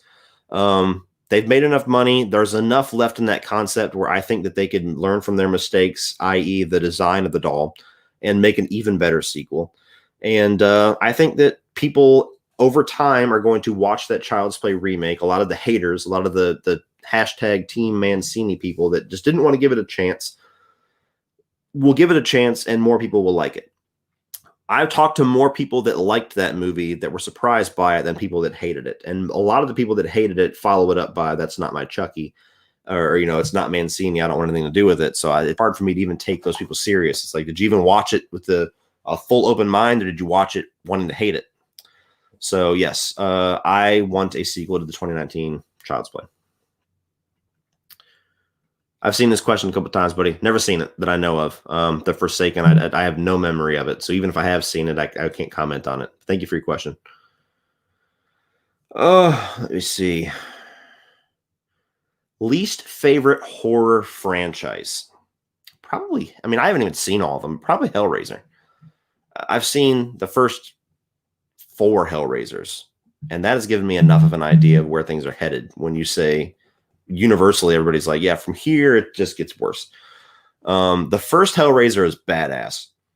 The second one, it has a lot of fans. For me, it was a little too weird. The third one is very kind of generic slasher movie with Pinhead, and the fourth one is just where it starts to get real B movie-ish, and then from then on out, it's all like these weird direct-to-video sequels. So Hellraiser is a pretty shitty franchise. I hesitate to say Saw, because as soon as I do, people are gonna be like, "Oh yeah, what's Saw 5 review?" But as a franchise that's hailed as horror classics, I think as a franchise that one's not very good either. I think there's only 2 movies in that franchise that I would say are good. There's worse horror franchises, obviously, but as far as ones that I'm overly familiar with, those are the ones that I would say are my least favorite.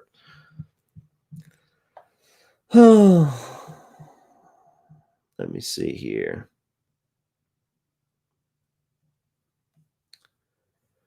Another Halloween question. Hulk smash yo mom. You get a laugh just for that name, man. Hulk smash yo mom, 562. After your disappointment of Halloween 2018, what is your expectations for Halloween Kills, and are you looking forward to it? I expect that the movie is going to end up about the same as far as my reception. For the little bit that I know about it, I know somebody that has actually seen the movie, as far as whatever version, whether that ends up being the final cut or not, whatever version they gave to screening audiences back in, what was it, February, March. I know somebody that has seen it. And while I made sure he did not give me very many details, because I don't like being spoiled on anything, he basically told me what his reception of the movie was. And judging how I know what his reception of Halloween 2018 was, I expect that this movie is probably going to end up about the same for me, which is going to be middle of the road Halloween movie. I expect there's going to be a lot of gore and probably some awesome kills.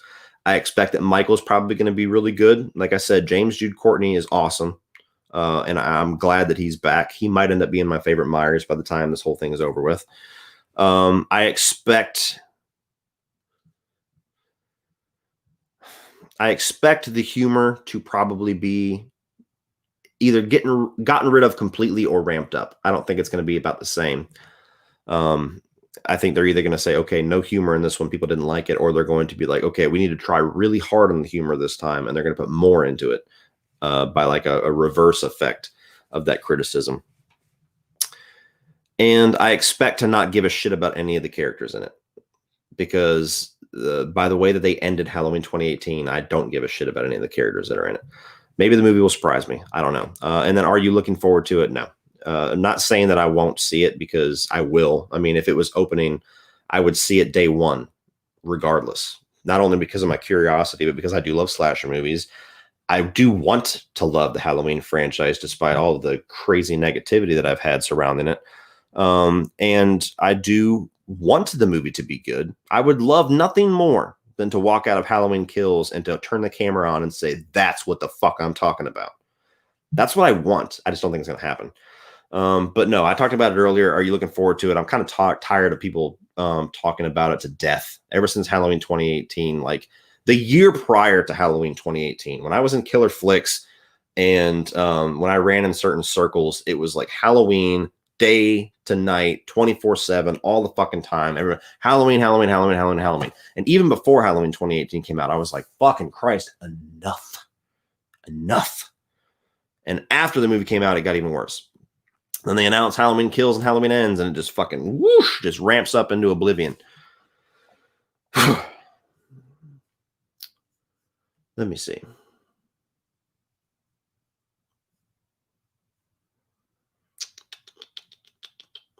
If Psycho got a modern remake, who would you want to play Norman Bates? I don't know if you could find anybody that's going to be able to outdo Freddie Highmore, honestly. I think that what that dude did with Bates Motel was incredible. He might be even better than Anthony Perkins. Granted, he had a lot more to do. He had 4 seasons worth of shit versus, 4 movies. But I don't know. Modern actor who's kind of frail. He needs to be frail and unimposing, not like Vince Vaughn. So I don't know off the top of my head.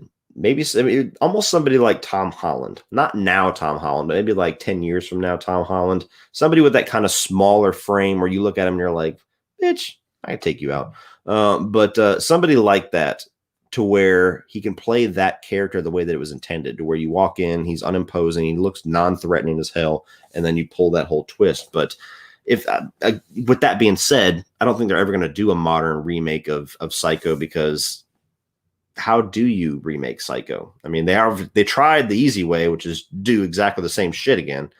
But I don't know how you have that storyline with that twist in mind at the end that's so common knowledge nowadays, how you remake that and either try something new that doesn't fuck up the whole movie, or keep it the same, but it actually still has impact. So I really don't know.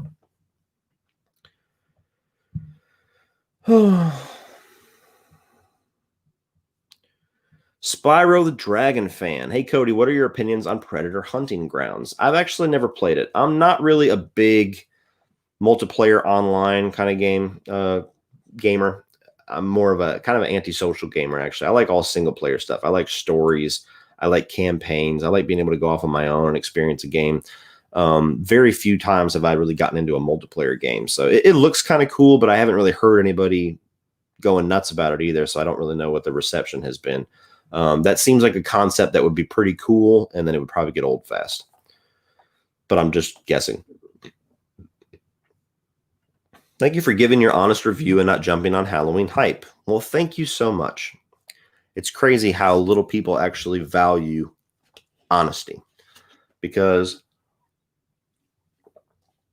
not to beat an undead horse at this point, but there was a few people that you could tell really were riding high on that Halloween hype and had them, those fanboy goggles on when they released their reviews, and have since come around to essentially saying the exact same shit that I said from day one. So at least I can hold my head high no matter how much the Halloween fandom, whatever the dark side of the Halloween fandom loves to hate me. No matter how much they hate me, at least I can hold my head high and say, I said the same shit from the time I walked out of the theater until now. But your boy over here has changed his opinion about 5 fucking times. Let me see. How many movies do you watch on a weekly basis? Not as many as you would think. More so on the weekend. Maybe 3 on a good week. I mean, I don't watch a whole lot of movies unless I have peace and quiet to watch them. And if I have peace and quiet, I'm usually working on something. So movies more times than not are kind of background noise for me while I'm editing or something like that, having the TV on off to the side. I've talked to some people like Brian Lomax. He said, I can't do that. I can't edit and watch a movie at the same time. I'm lucky to where I can be entertained and kind of work at the same time. But yeah, about 3 movies a week. I do a lot more if I'm just like relaxing. I'll throw on YouTube and watch some cooking channels or something like that, or I'll throw on a TV series, or if I'm doing a review series, that's when you'll see me watch movies the most during the week, because I need to try to watch these movies when the kids aren't around or before Holly and them get home, and I can actually watch it and kind of absorb the movie. But yeah, 3 movies, 4 movies a week, somewhere in there.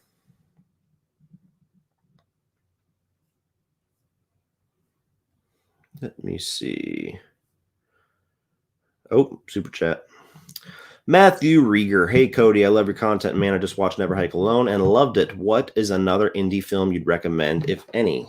Indie film or a fan film? Because Never Hike Alone is a fan film. There's not really any other fan films that I've watched that I've loved on the degree of Never Hike Alone, so I really can't answer that question for you. Like the Spirit of Haddonfield was good that Renee did. But that was kind of a horror short. It wasn't necessarily like a full-on film like that. The other fan films that I've watched have all been pretty bad. And I haven't watched a lot of them. Like Friday the 13th Vengeance, I thought was god-awful. And so I haven't watched too many of the others. I will be watching, obviously, Never Hike in the Snow, whatever Vince does. I'm going to give, of course, the horror show whenever Cecil gets Dylan's New Nightmare out. I'll be watching that one. But fan films, I tend to stray away from. You got Voorhees coming out at some point this year. I'm looking forward to checking that one out because Cody, his name's Cody as well, the director.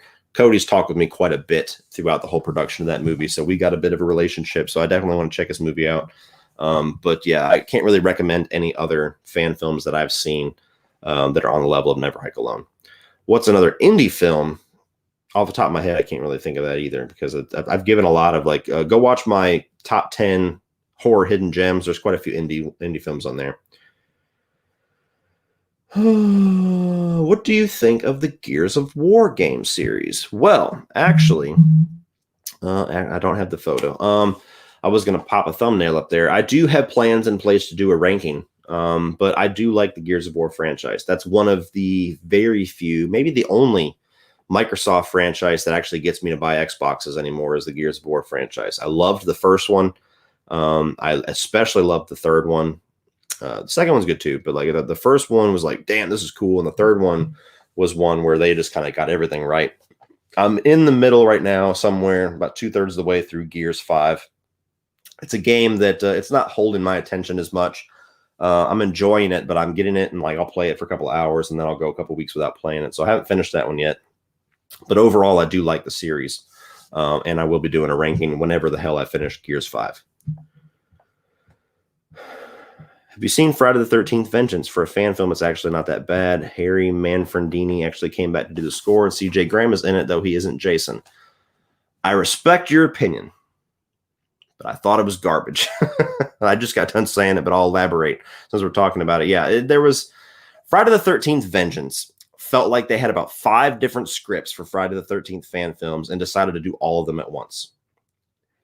It went in a bunch of different directions. It felt overly fluffed. And even some of the storylines they went with was just kind of like, what the fuck? Like continuity schmontinuity when it comes to Friday the 13th. They don't really give a fuck. But what are you trying to do exactly? The acting, again, I know it's a fan film. I know you don't exactly have A-list actors to pick from, but woof. Yeah. I was not a fan of Vengeance. I had debated on putting out a review, but as much as I love the aspect of me where I love brutal honesty and I'll just tell you how it is and not really give a fuck, I don't really like being the guy who's brutally honest to somebody who's doing doing a fan film, who's funding this themselves, or you're getting an Indiegogo themselves and managing the whole thing and doing it all independent. I don't really like being the guy to say your movie sucks. So I never did an official review for it because it just, to me, it borderlines on bullying a little bit. It's like an easy target. I can talk about a studio film all day. Okay, you had millions of dollars. You had access to Warner Brothers and New Line and all this other shit, and you came up with this. Fuck you. Your movie sucks. But you get a guy that just goes out there and is building it from the ground up. It's like, okay, I'll respectfully stay quiet.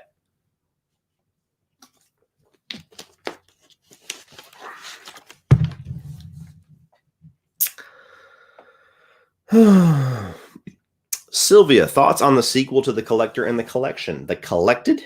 I can't wait for it. I don't remember when it's supposed to come out, if they've announced a date for it. But yeah, I love the Collected or the Collector movies. So the fact that they have all the cast coming back and the director, and I've even heard that keep saying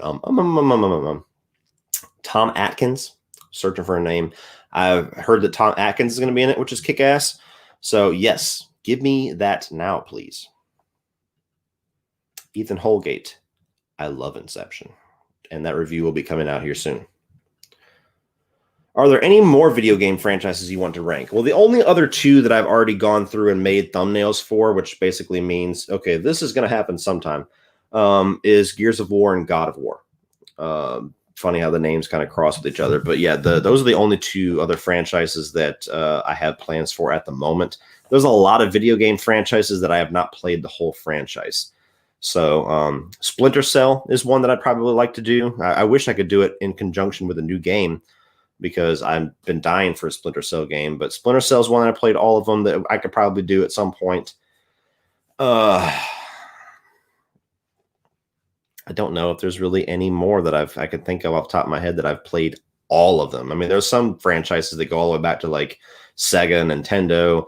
There's some of them that go back to the first PlayStation that I haven't played all of them. Like when I did my Resident Evil one, I had to go back and download Code Veronica, which was rough to try to play that old school style game from the Dreamcast.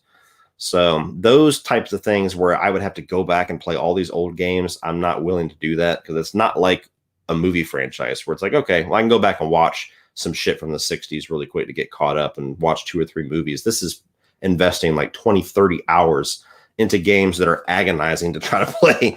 So yeah, those two for sure, maybe Splinter Cell. Beyond that, I'm not sure yet.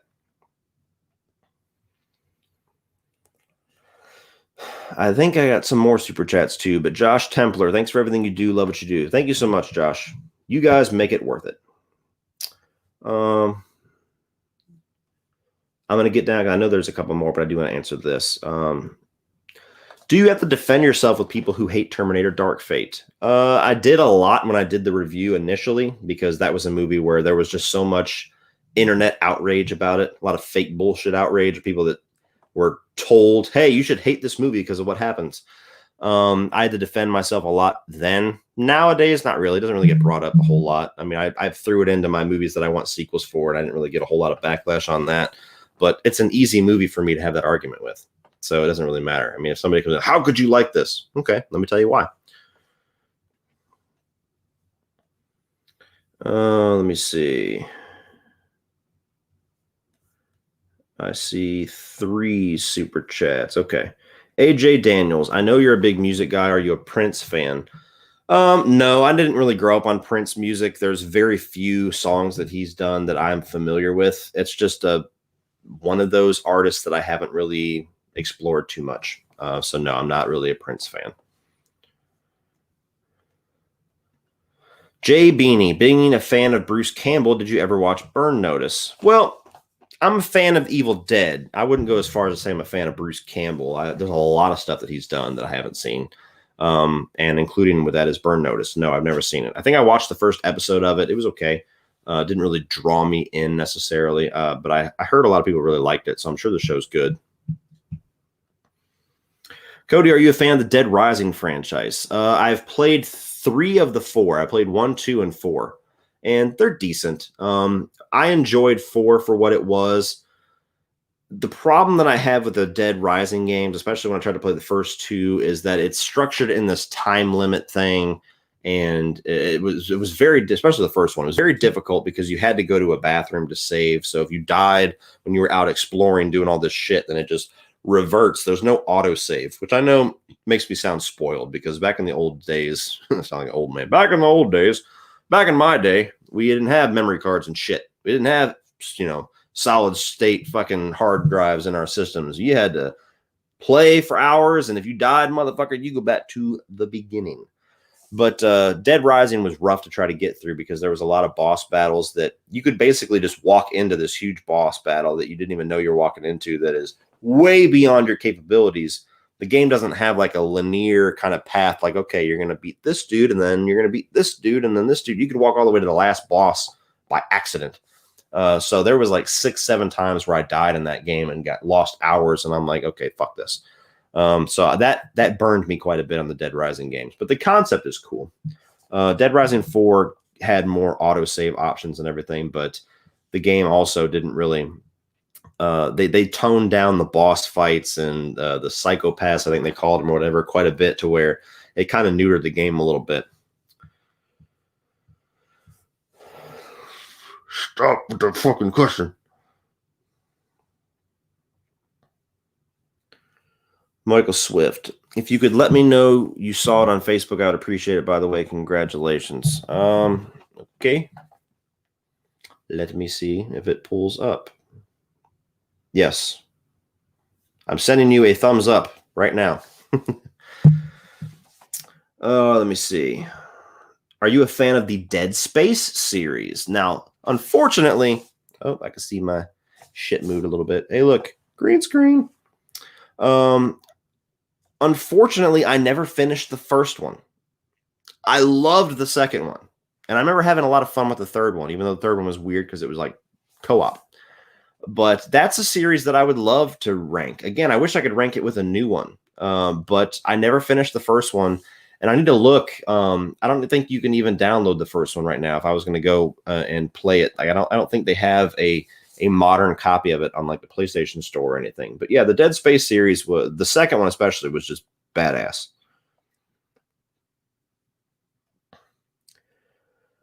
Your thoughts on Rob Zombie's 31 change?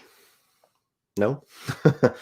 I have not rewatched the movie, to be fair, but it's not a movie where I think my thoughts are going to change on it. It's just a pretty terrible movie, to be honest with you. So no, that's probably an opinion that's solidified there, man.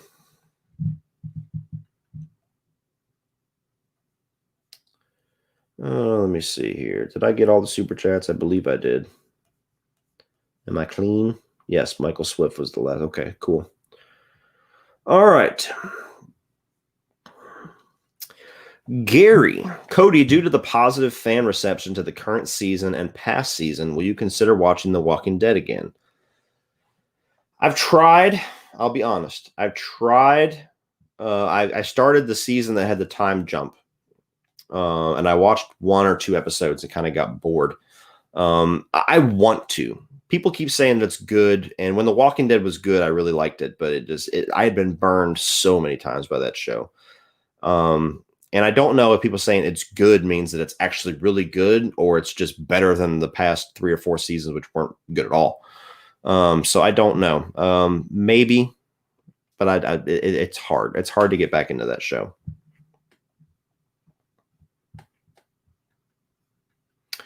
Dale Strunk, Cody, I'm nervous about going back to school since I hate people and I always fall behind on work and I start getting mad at myself. Any advice? I can't really help you with the hating people part because though I like to love people, I like to try to love people, people make it very difficult to love them. I love a lot of you guys and I love a lot of people that I work with. And, I try to be a very friendly, welcoming, genuine person. But as we all know, we meet a lot of shitheads throughout our day. And in high school, it's especially hard because everybody's young and fucking stupid and they think they know everything and they think they're better than you. And anybody that's different is worse than them. And we all deal with that to a certain degree. I never got bullied really bad. I'm not saying that you're saying you're getting bullied, but as far as hating people in high school, it's very difficult not to hate people. As far as getting through it, the easiest thing, which doesn't really, it's hard to grasp the concept when you're in school, but when you're out of school, you look back and school was so short and insignificant that you're like, oh, wow. All the things that felt like they were, my world revolved around them back in high school meant dick. So, and even a lot of the people, I mean, like out of high school, and I was friends with quite a few people, but there's only 2 people from high school that I still talk to. They're my 2 best friends. Everybody else, if Facebook and Twitter and all that didn't exist, I would never talk with them ever again. I mean, you get interactions here and there, or somebody will like your picture, or, hey, what's up? Or, there's no genuine conversations that I have with anybody. Not that there's not people from high school that I would not like to have conversations with, because there was still quite a few people that, I see on Facebook, they got families or whatever. Like, hey, how you doing? I would be perfectly happy having a conversation with some people. But there is the vast majority of people from high school that I could give a fuck if I ever see or talk to again. And that's how it's going to feel immediately after you leave high school. You're going to be like, shit, that was nothing. As far as falling behind on work, I was a 4.0 student. I mean, I was always a really good student in school, and I just kind of came by it naturally. I didn't really have to study or anything like that. I was also a really good bullshitter, so I could write essays or give presentations about shit that I have no fucking idea about, and I could kind of win people over. True story. I actually could write essays on novels that I did not read by comparing the characters to a character that I knew a lot about. Like, compare The Great Gatsby to John McClane. All right, here we go. And I could pencil whip that motherfucker and get an A. So I had it pretty easy in high school as far as schoolwork. So I could understand if I didn't, I could fall behind on work. But the biggest thing, honestly, is just come home, knock it out before you do anything else. I used to put on a movie or music or something like that, knock out all your homework. If you got projects, like, hey, you got a project in 3 weeks, go ahead and knock it out by week 2 and it's done. And then you don't have to worry about it, which I was terrible at. I was a big procrastinator. I still am to a degree, but I was a big procrastinator. I was like, fuck it. I'll get it all done the night before. Sometimes that bit me in the ass. Sometimes it wouldn't. It was just a really shitty night. But that's the big thing, is don't worry about hating people. Those people aren't going to matter. I don't know if you're, I don't know where in school you are as far as grades, but within a few years, they're not going to matter. And then falling behind on work is as simple as just knock it out quick. Just do that first. Set yourself a goal. Be like, okay, I'm going to go home and knock out all my work. Then I can go do whatever the fuck I want. Let me see here. Yes, Tito, when you leave high school, you realize it ain't shit. That is absolutely the fact. Teacher's pet Cody. Funny enough, I really wasn't. It wasn't the fact that I think most of my teachers really liked me because I was easy. I was quiet. I got my work done. I didn't fuck around with anybody, and I left. So I was like the perfect student, as in like, okay, I don't have to worry about shit that he does. And I was much, much more reserved in high school. I've changed a lot since high school. I'm very outgoing and outspoken, and I'll get in people's face and shit like that nowadays. High school, I was like the polar opposite of that. But I was always really smart, and I always had a good personality. So I just like, there was one teacher, I'm almost certain she did it just because I just made her laugh with the attempt. But along the lines of this pencil whipping essays, there was it was in 10th grade English. We had a Gothic era that we had to go over. It was like 2-3 months where we're going over Gothic literature and shit like that. And so we had to do this Gothic project at the end of it, where you had to take something from the Gothic era and bring it in. So you had people that were making like full-on spreads of like food from the Renaissance. You had this one dude that made like a 6-scale castle model. You had somebody that was writing Gothic poetry. I walk in the day that this shit is due with Ride the Lightning by Metallica and my guitar tablature book. And I say, we're going to listen to the Call of Cthulhu, because Cthulhu and H.P. Lovecraft was from the Gothic era, and I'm going to describe the song through music. And so she plays the fucking song, and I'm like, this is the part where, you know, the beast comes in, and, you know, Cthulhu's chasing them, and now the music's tempoed up because they're in a chase, and now it's weaning back down. And I bullshitted that whole fucking thing and got an A on it. So you have these people that came in that put like days into this model castle, and you had these two girls that spent days preparing this meal and brought in like hundreds of dollars worth of food, and I brought in a fucking Metallica CD and was just like A+. So I don't know. I was just always a schemer. I was always somebody that just could get away with shit like that. Cody had a "that's my boy" moment freshman year. Yeah. Do you remember your first love? I'm not saying this just because it's going to be the right thing to say, but Holly, my wife, is quite honestly my first and I hope my last love. I didn't have a ton of relationships, but I was one of the few guys out there that, you know, if I was with you, I was with you. I wasn't the type of guy to play around or to mess around or to talk to a bunch of different girls at once. And so the few times that I was with a girl that I wanted to have a relationship with, or that I was in a relationship that I wanted to continue, I always, for some reason, found myself with somebody that would just rub me wrong after a while. Oh God, that's going to be taken out of context, isn't it? That would frustrate me after a while. To where, like, there was one girl that was very, like, everything had to be about her. I was the one that had to make all the sacrifices. You have to come see me. You have to cook for me. I'll see you when it's convenient for me. And that got old very quickly. And then I was with a girl who was quite honestly a bit out of her mind. She was cool when she was normal, but then she would just go from hot to cold out of nowhere. Like we would have, you know, a day together or whatever. And I was like, man, things are going great. And the very next day, shit would be weird. Like you get like 1-word responses, and she'd be like, I don't know. I don't know what this is. I don't know what I want to call it that yet. And like that just got old after a while, to where I was like, I don't fucking know what planet you're on. Bye. And that was kind of my history for every relationship that I had for the longest time. Holly was the first person that I met that I ever said I love you to. Holly was the first relationship that I ever had that lasted. I mean, I've been with her for, it's going to be 6 years in November. I don't think I had a relationship that lasted 6 months aside from Holly.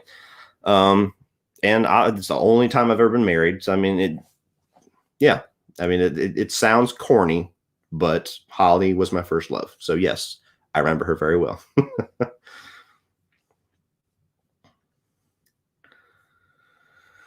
Let me see.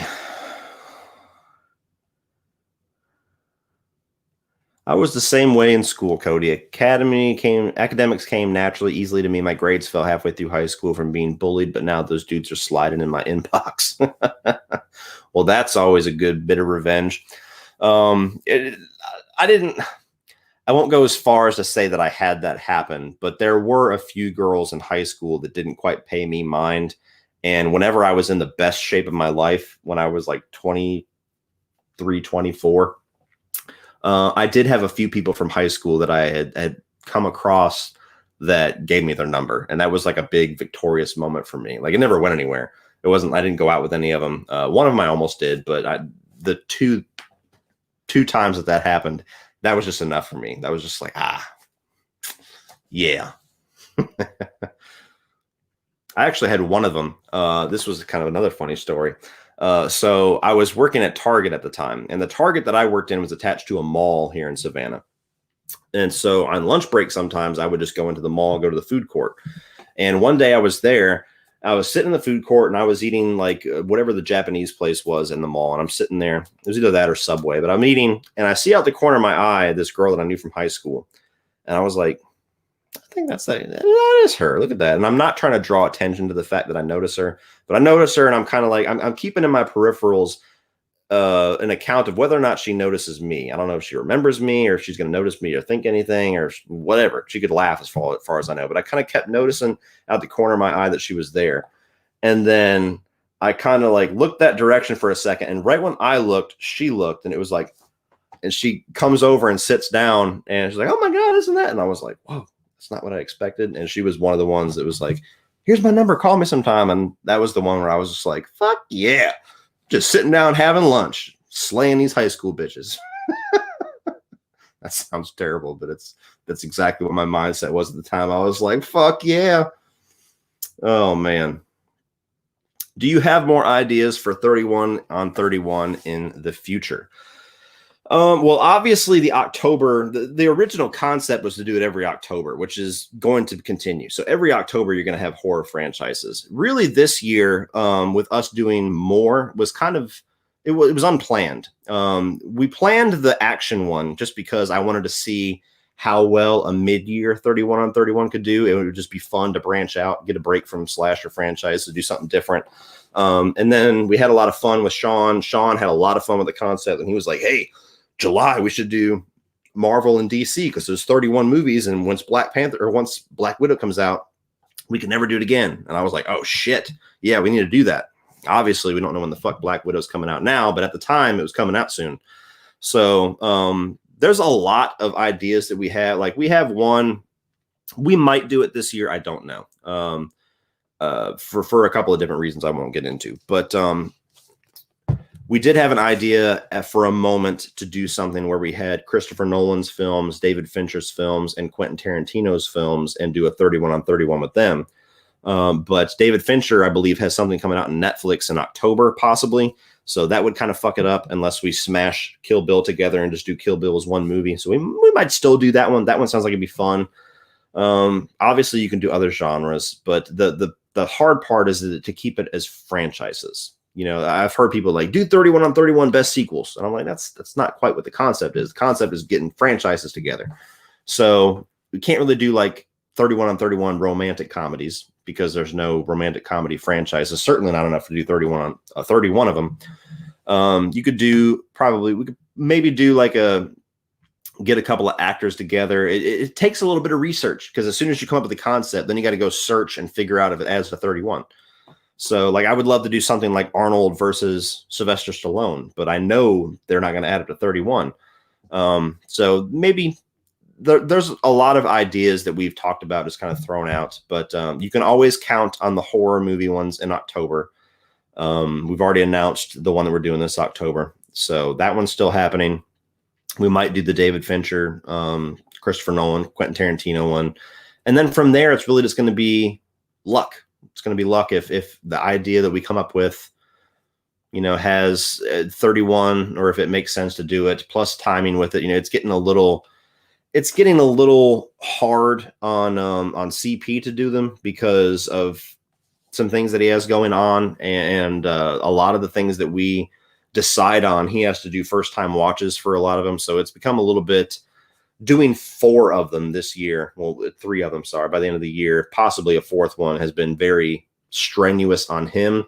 And I don't want to even entertain the concept of doing one without him really. So, it's going to be a group thing really. It's luck of the draw, whether we all want to do it. So yeah, that was a long-winded answer to that question, but,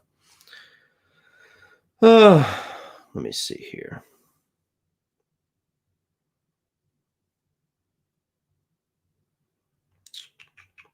Ryan Buckley. Hey, Cody, favorite Alter Bridge album? Mine's Blackbird for sentimental reasons. Mine is the same because it is the best album. Not just for sentimental reasons, for logical reasons. I probably will do a ranking at some point, so I'll get a little bit more in depth. But Blackbird is one of those albums that you could literally listen to from start to finish and not skip a song. That was when Alter Bridge became Alter Bridge, because even though you had the first album, that was primarily, if not entirely, written without Miles Kennedy. And then Miles Kennedy came in, sang on the album. And then you have Alter Bridge, which is the first time that the writing collaboration of Miles Kennedy and Mark Tremonti came together. And then it took on a whole new life. And there's just so many incredible songs on that album that it's just, for as good as all of the Alter Bridge albums are, Blackbird is just on another level. Oh, let me see. Scroll through. It's 1:53. I'll stop at 2 hours, guys. So 6 more minutes. I still have to go grocery shop and shit before the familia get home. Oh, let me see.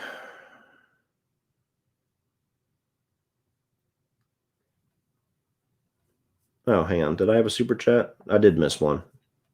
Tyler Jackson. Random question, Cody, but do you like Westerns? If not, is there still at least one that might be your favorite? I have not seen a whole lot of Westerns. I actually tried to watch Tombstone when I was on my honeymoon, but I fell asleep and then I didn't get a chance to start it again. That's one that I have not seen that everybody pretty much universally is like, that's the greatest Western of all time. That one and Unforgiven. There's ones that I know I need to watch. I've seen 3:10 to Yuma is probably my favorite, the remake. The one with Christian Bale and Russell Crowe. That's a badass Western. I liked the Magnificent Seven remake. I've seen what the fuck is the other one? The Coen Brothers one. Shit. I'm blanking on the name. The one that's got Jeff Bridges in it. True Grit. True Grit remake I've seen. And mostly just remakes, as you can see. But no. As a favorite, though, the 3:10 to Yuma remake is my favorite of the very few that I've seen. Let me see. Tony Movie. Hey, Cody, what was your movie theater experience for when you saw Charlie and the Chocolate Factory, and what are your thoughts on that remake compared to the original? Well, I didn't see it in the theater, so I don't have a theater experience, and I don't like it. And that's why I didn't see it in the theater. I'm not a Tim Burton fan. I'm not even really a Johnny Depp fan. And that movie is just so weird. I'm not a musical guy at all, but I love Willy Wonka and the Chocolate Factory. Love that movie. And when you replace Gene Wilder with Johnny Depp, who's doing his best Michael Jackson impersonation, the movie's very uncomfortable. I'm not saying it doesn't have his entertainment value to it. I mean, Tim Burton stylistically makes sense for a movie that's that out there. But Johnny Depp basically ruins it for me because he's so weird and sitting like that all the time. He's so fucking weird that it's just like I feel like the dude's gonna molest all the kids that he's got in the Chocolate Factory, and that's not a Michael Jackson joke. That's just in general. He's so fucking just weird when you look at him. I'm like, motherfucker, let me out of here. No, we're done. We're done. No, give me that golden ticket. We're done. So I don't really enjoy that remake at all. There's nothing about it that's better than the original, in my opinion. And they changed the ending. Maybe it's more novel accurate. I'm not sure because it's based off a Roald Dahl novel. But they even changed the ending to where the whole thing in the original movie where Charlie has that, that act of goodness where he gives him the gobstopper back and gets ready to leave. And he's like, you've done it, boy. You're the only one. That's a beautiful ending to that movie. And then you get to this one. He's just like, huh? Oh, you're the last one left. Well, I guess you win. It's just like, what the fuck is this shit? So, no. I apologize if you're a fan of it. You didn't really hint one way or the other. But no, I'm not a fan of that movie whatsoever. Who should direct a Hellraiser remake? Well, I don't necessarily want to see him get typecast into remake horror classic directors. Or he can only remake horror classics, but I would love to see Fede Alvarez do it. If he can bring the level of intensity and gore and craziness that he brought to Evil Dead to Hellraiser, fuck yeah.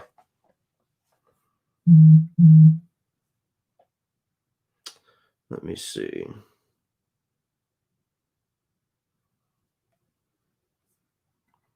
No. Are there horror movies that are worse? Absolutely. There's a lot of movies that are worse than Freddy's Dead. It's just my least favorite. When I say it's my least favorite, it means it's the movie that pisses me off the most. Let me see. Here's 2 more minutes. So I'm going to take 5 more questions, guys, and then we'll get out of here. Who is a bigger bitch nurse? Nurse Ratched from Cuckoo's Nest or the nurse from Dream Warriors? Definitely Nurse Ratched, because the nurse from Dream Warriors thinks that she's doing the right thing. Nurse Ratched is an evil bitch. By the way, not that I'm the first person to say this, but One Flew Over the Cuckoo's Nest is a great fucking movie. That's a movie that I actually just watched for the first time this year. You hear me say that a lot. People try to make fun of me because I haven't seen a lot of classics. I just didn't grow up with them. I didn't have a chance to watch them.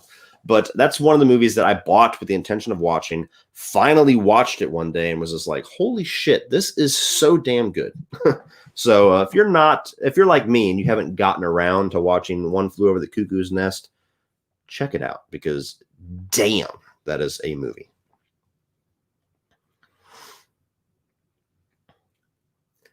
Let me see. Okay, thank God I'm not the only one that fucking hates Charlie and the Chocolate Factory. Good. I always worry when people bring shit up. Like when I get Patreon requests sometimes, I'm like, I fucking hated this. Am I going to lose this person's respect because I hated this movie? And then I get a message like, oh, I fucking hated it too. I just wanted to see you rant on it.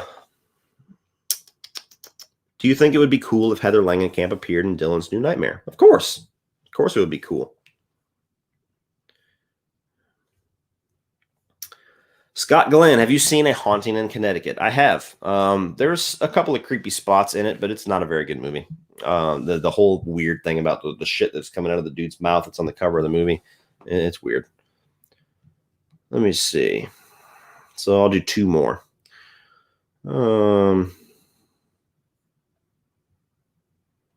me see here. I had to have missed one or two that are good.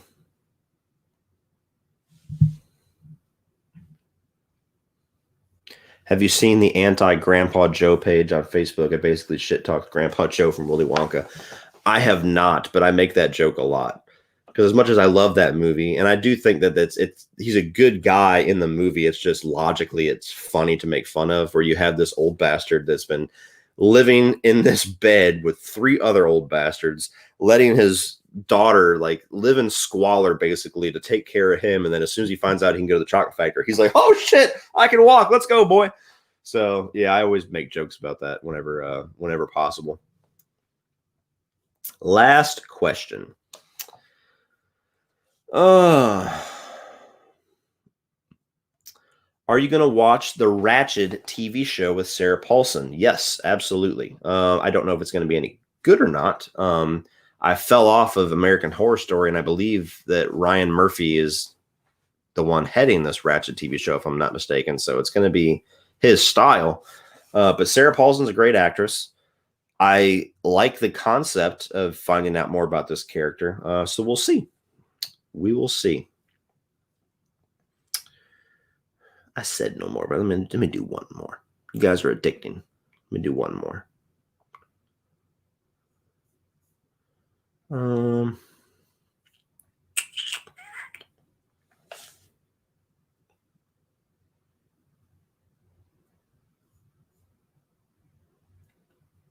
I did not delete my Instagram account, so I'm not sure what you're talking about. Okay, well, you know what? We will end it there because I don't see any more questions here at the bottom that I can talk about. So that is it, guys. Thank you for everybody that joined me. Sorry for those of you guys that are just getting here. I see one right there. I just got here.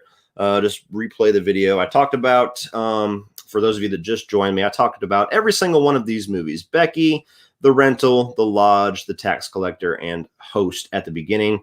And then we just Q&A'd for the past hour and a half. So we talked about a lot of different subjects, a lot of personal stories. That was a lot of fun.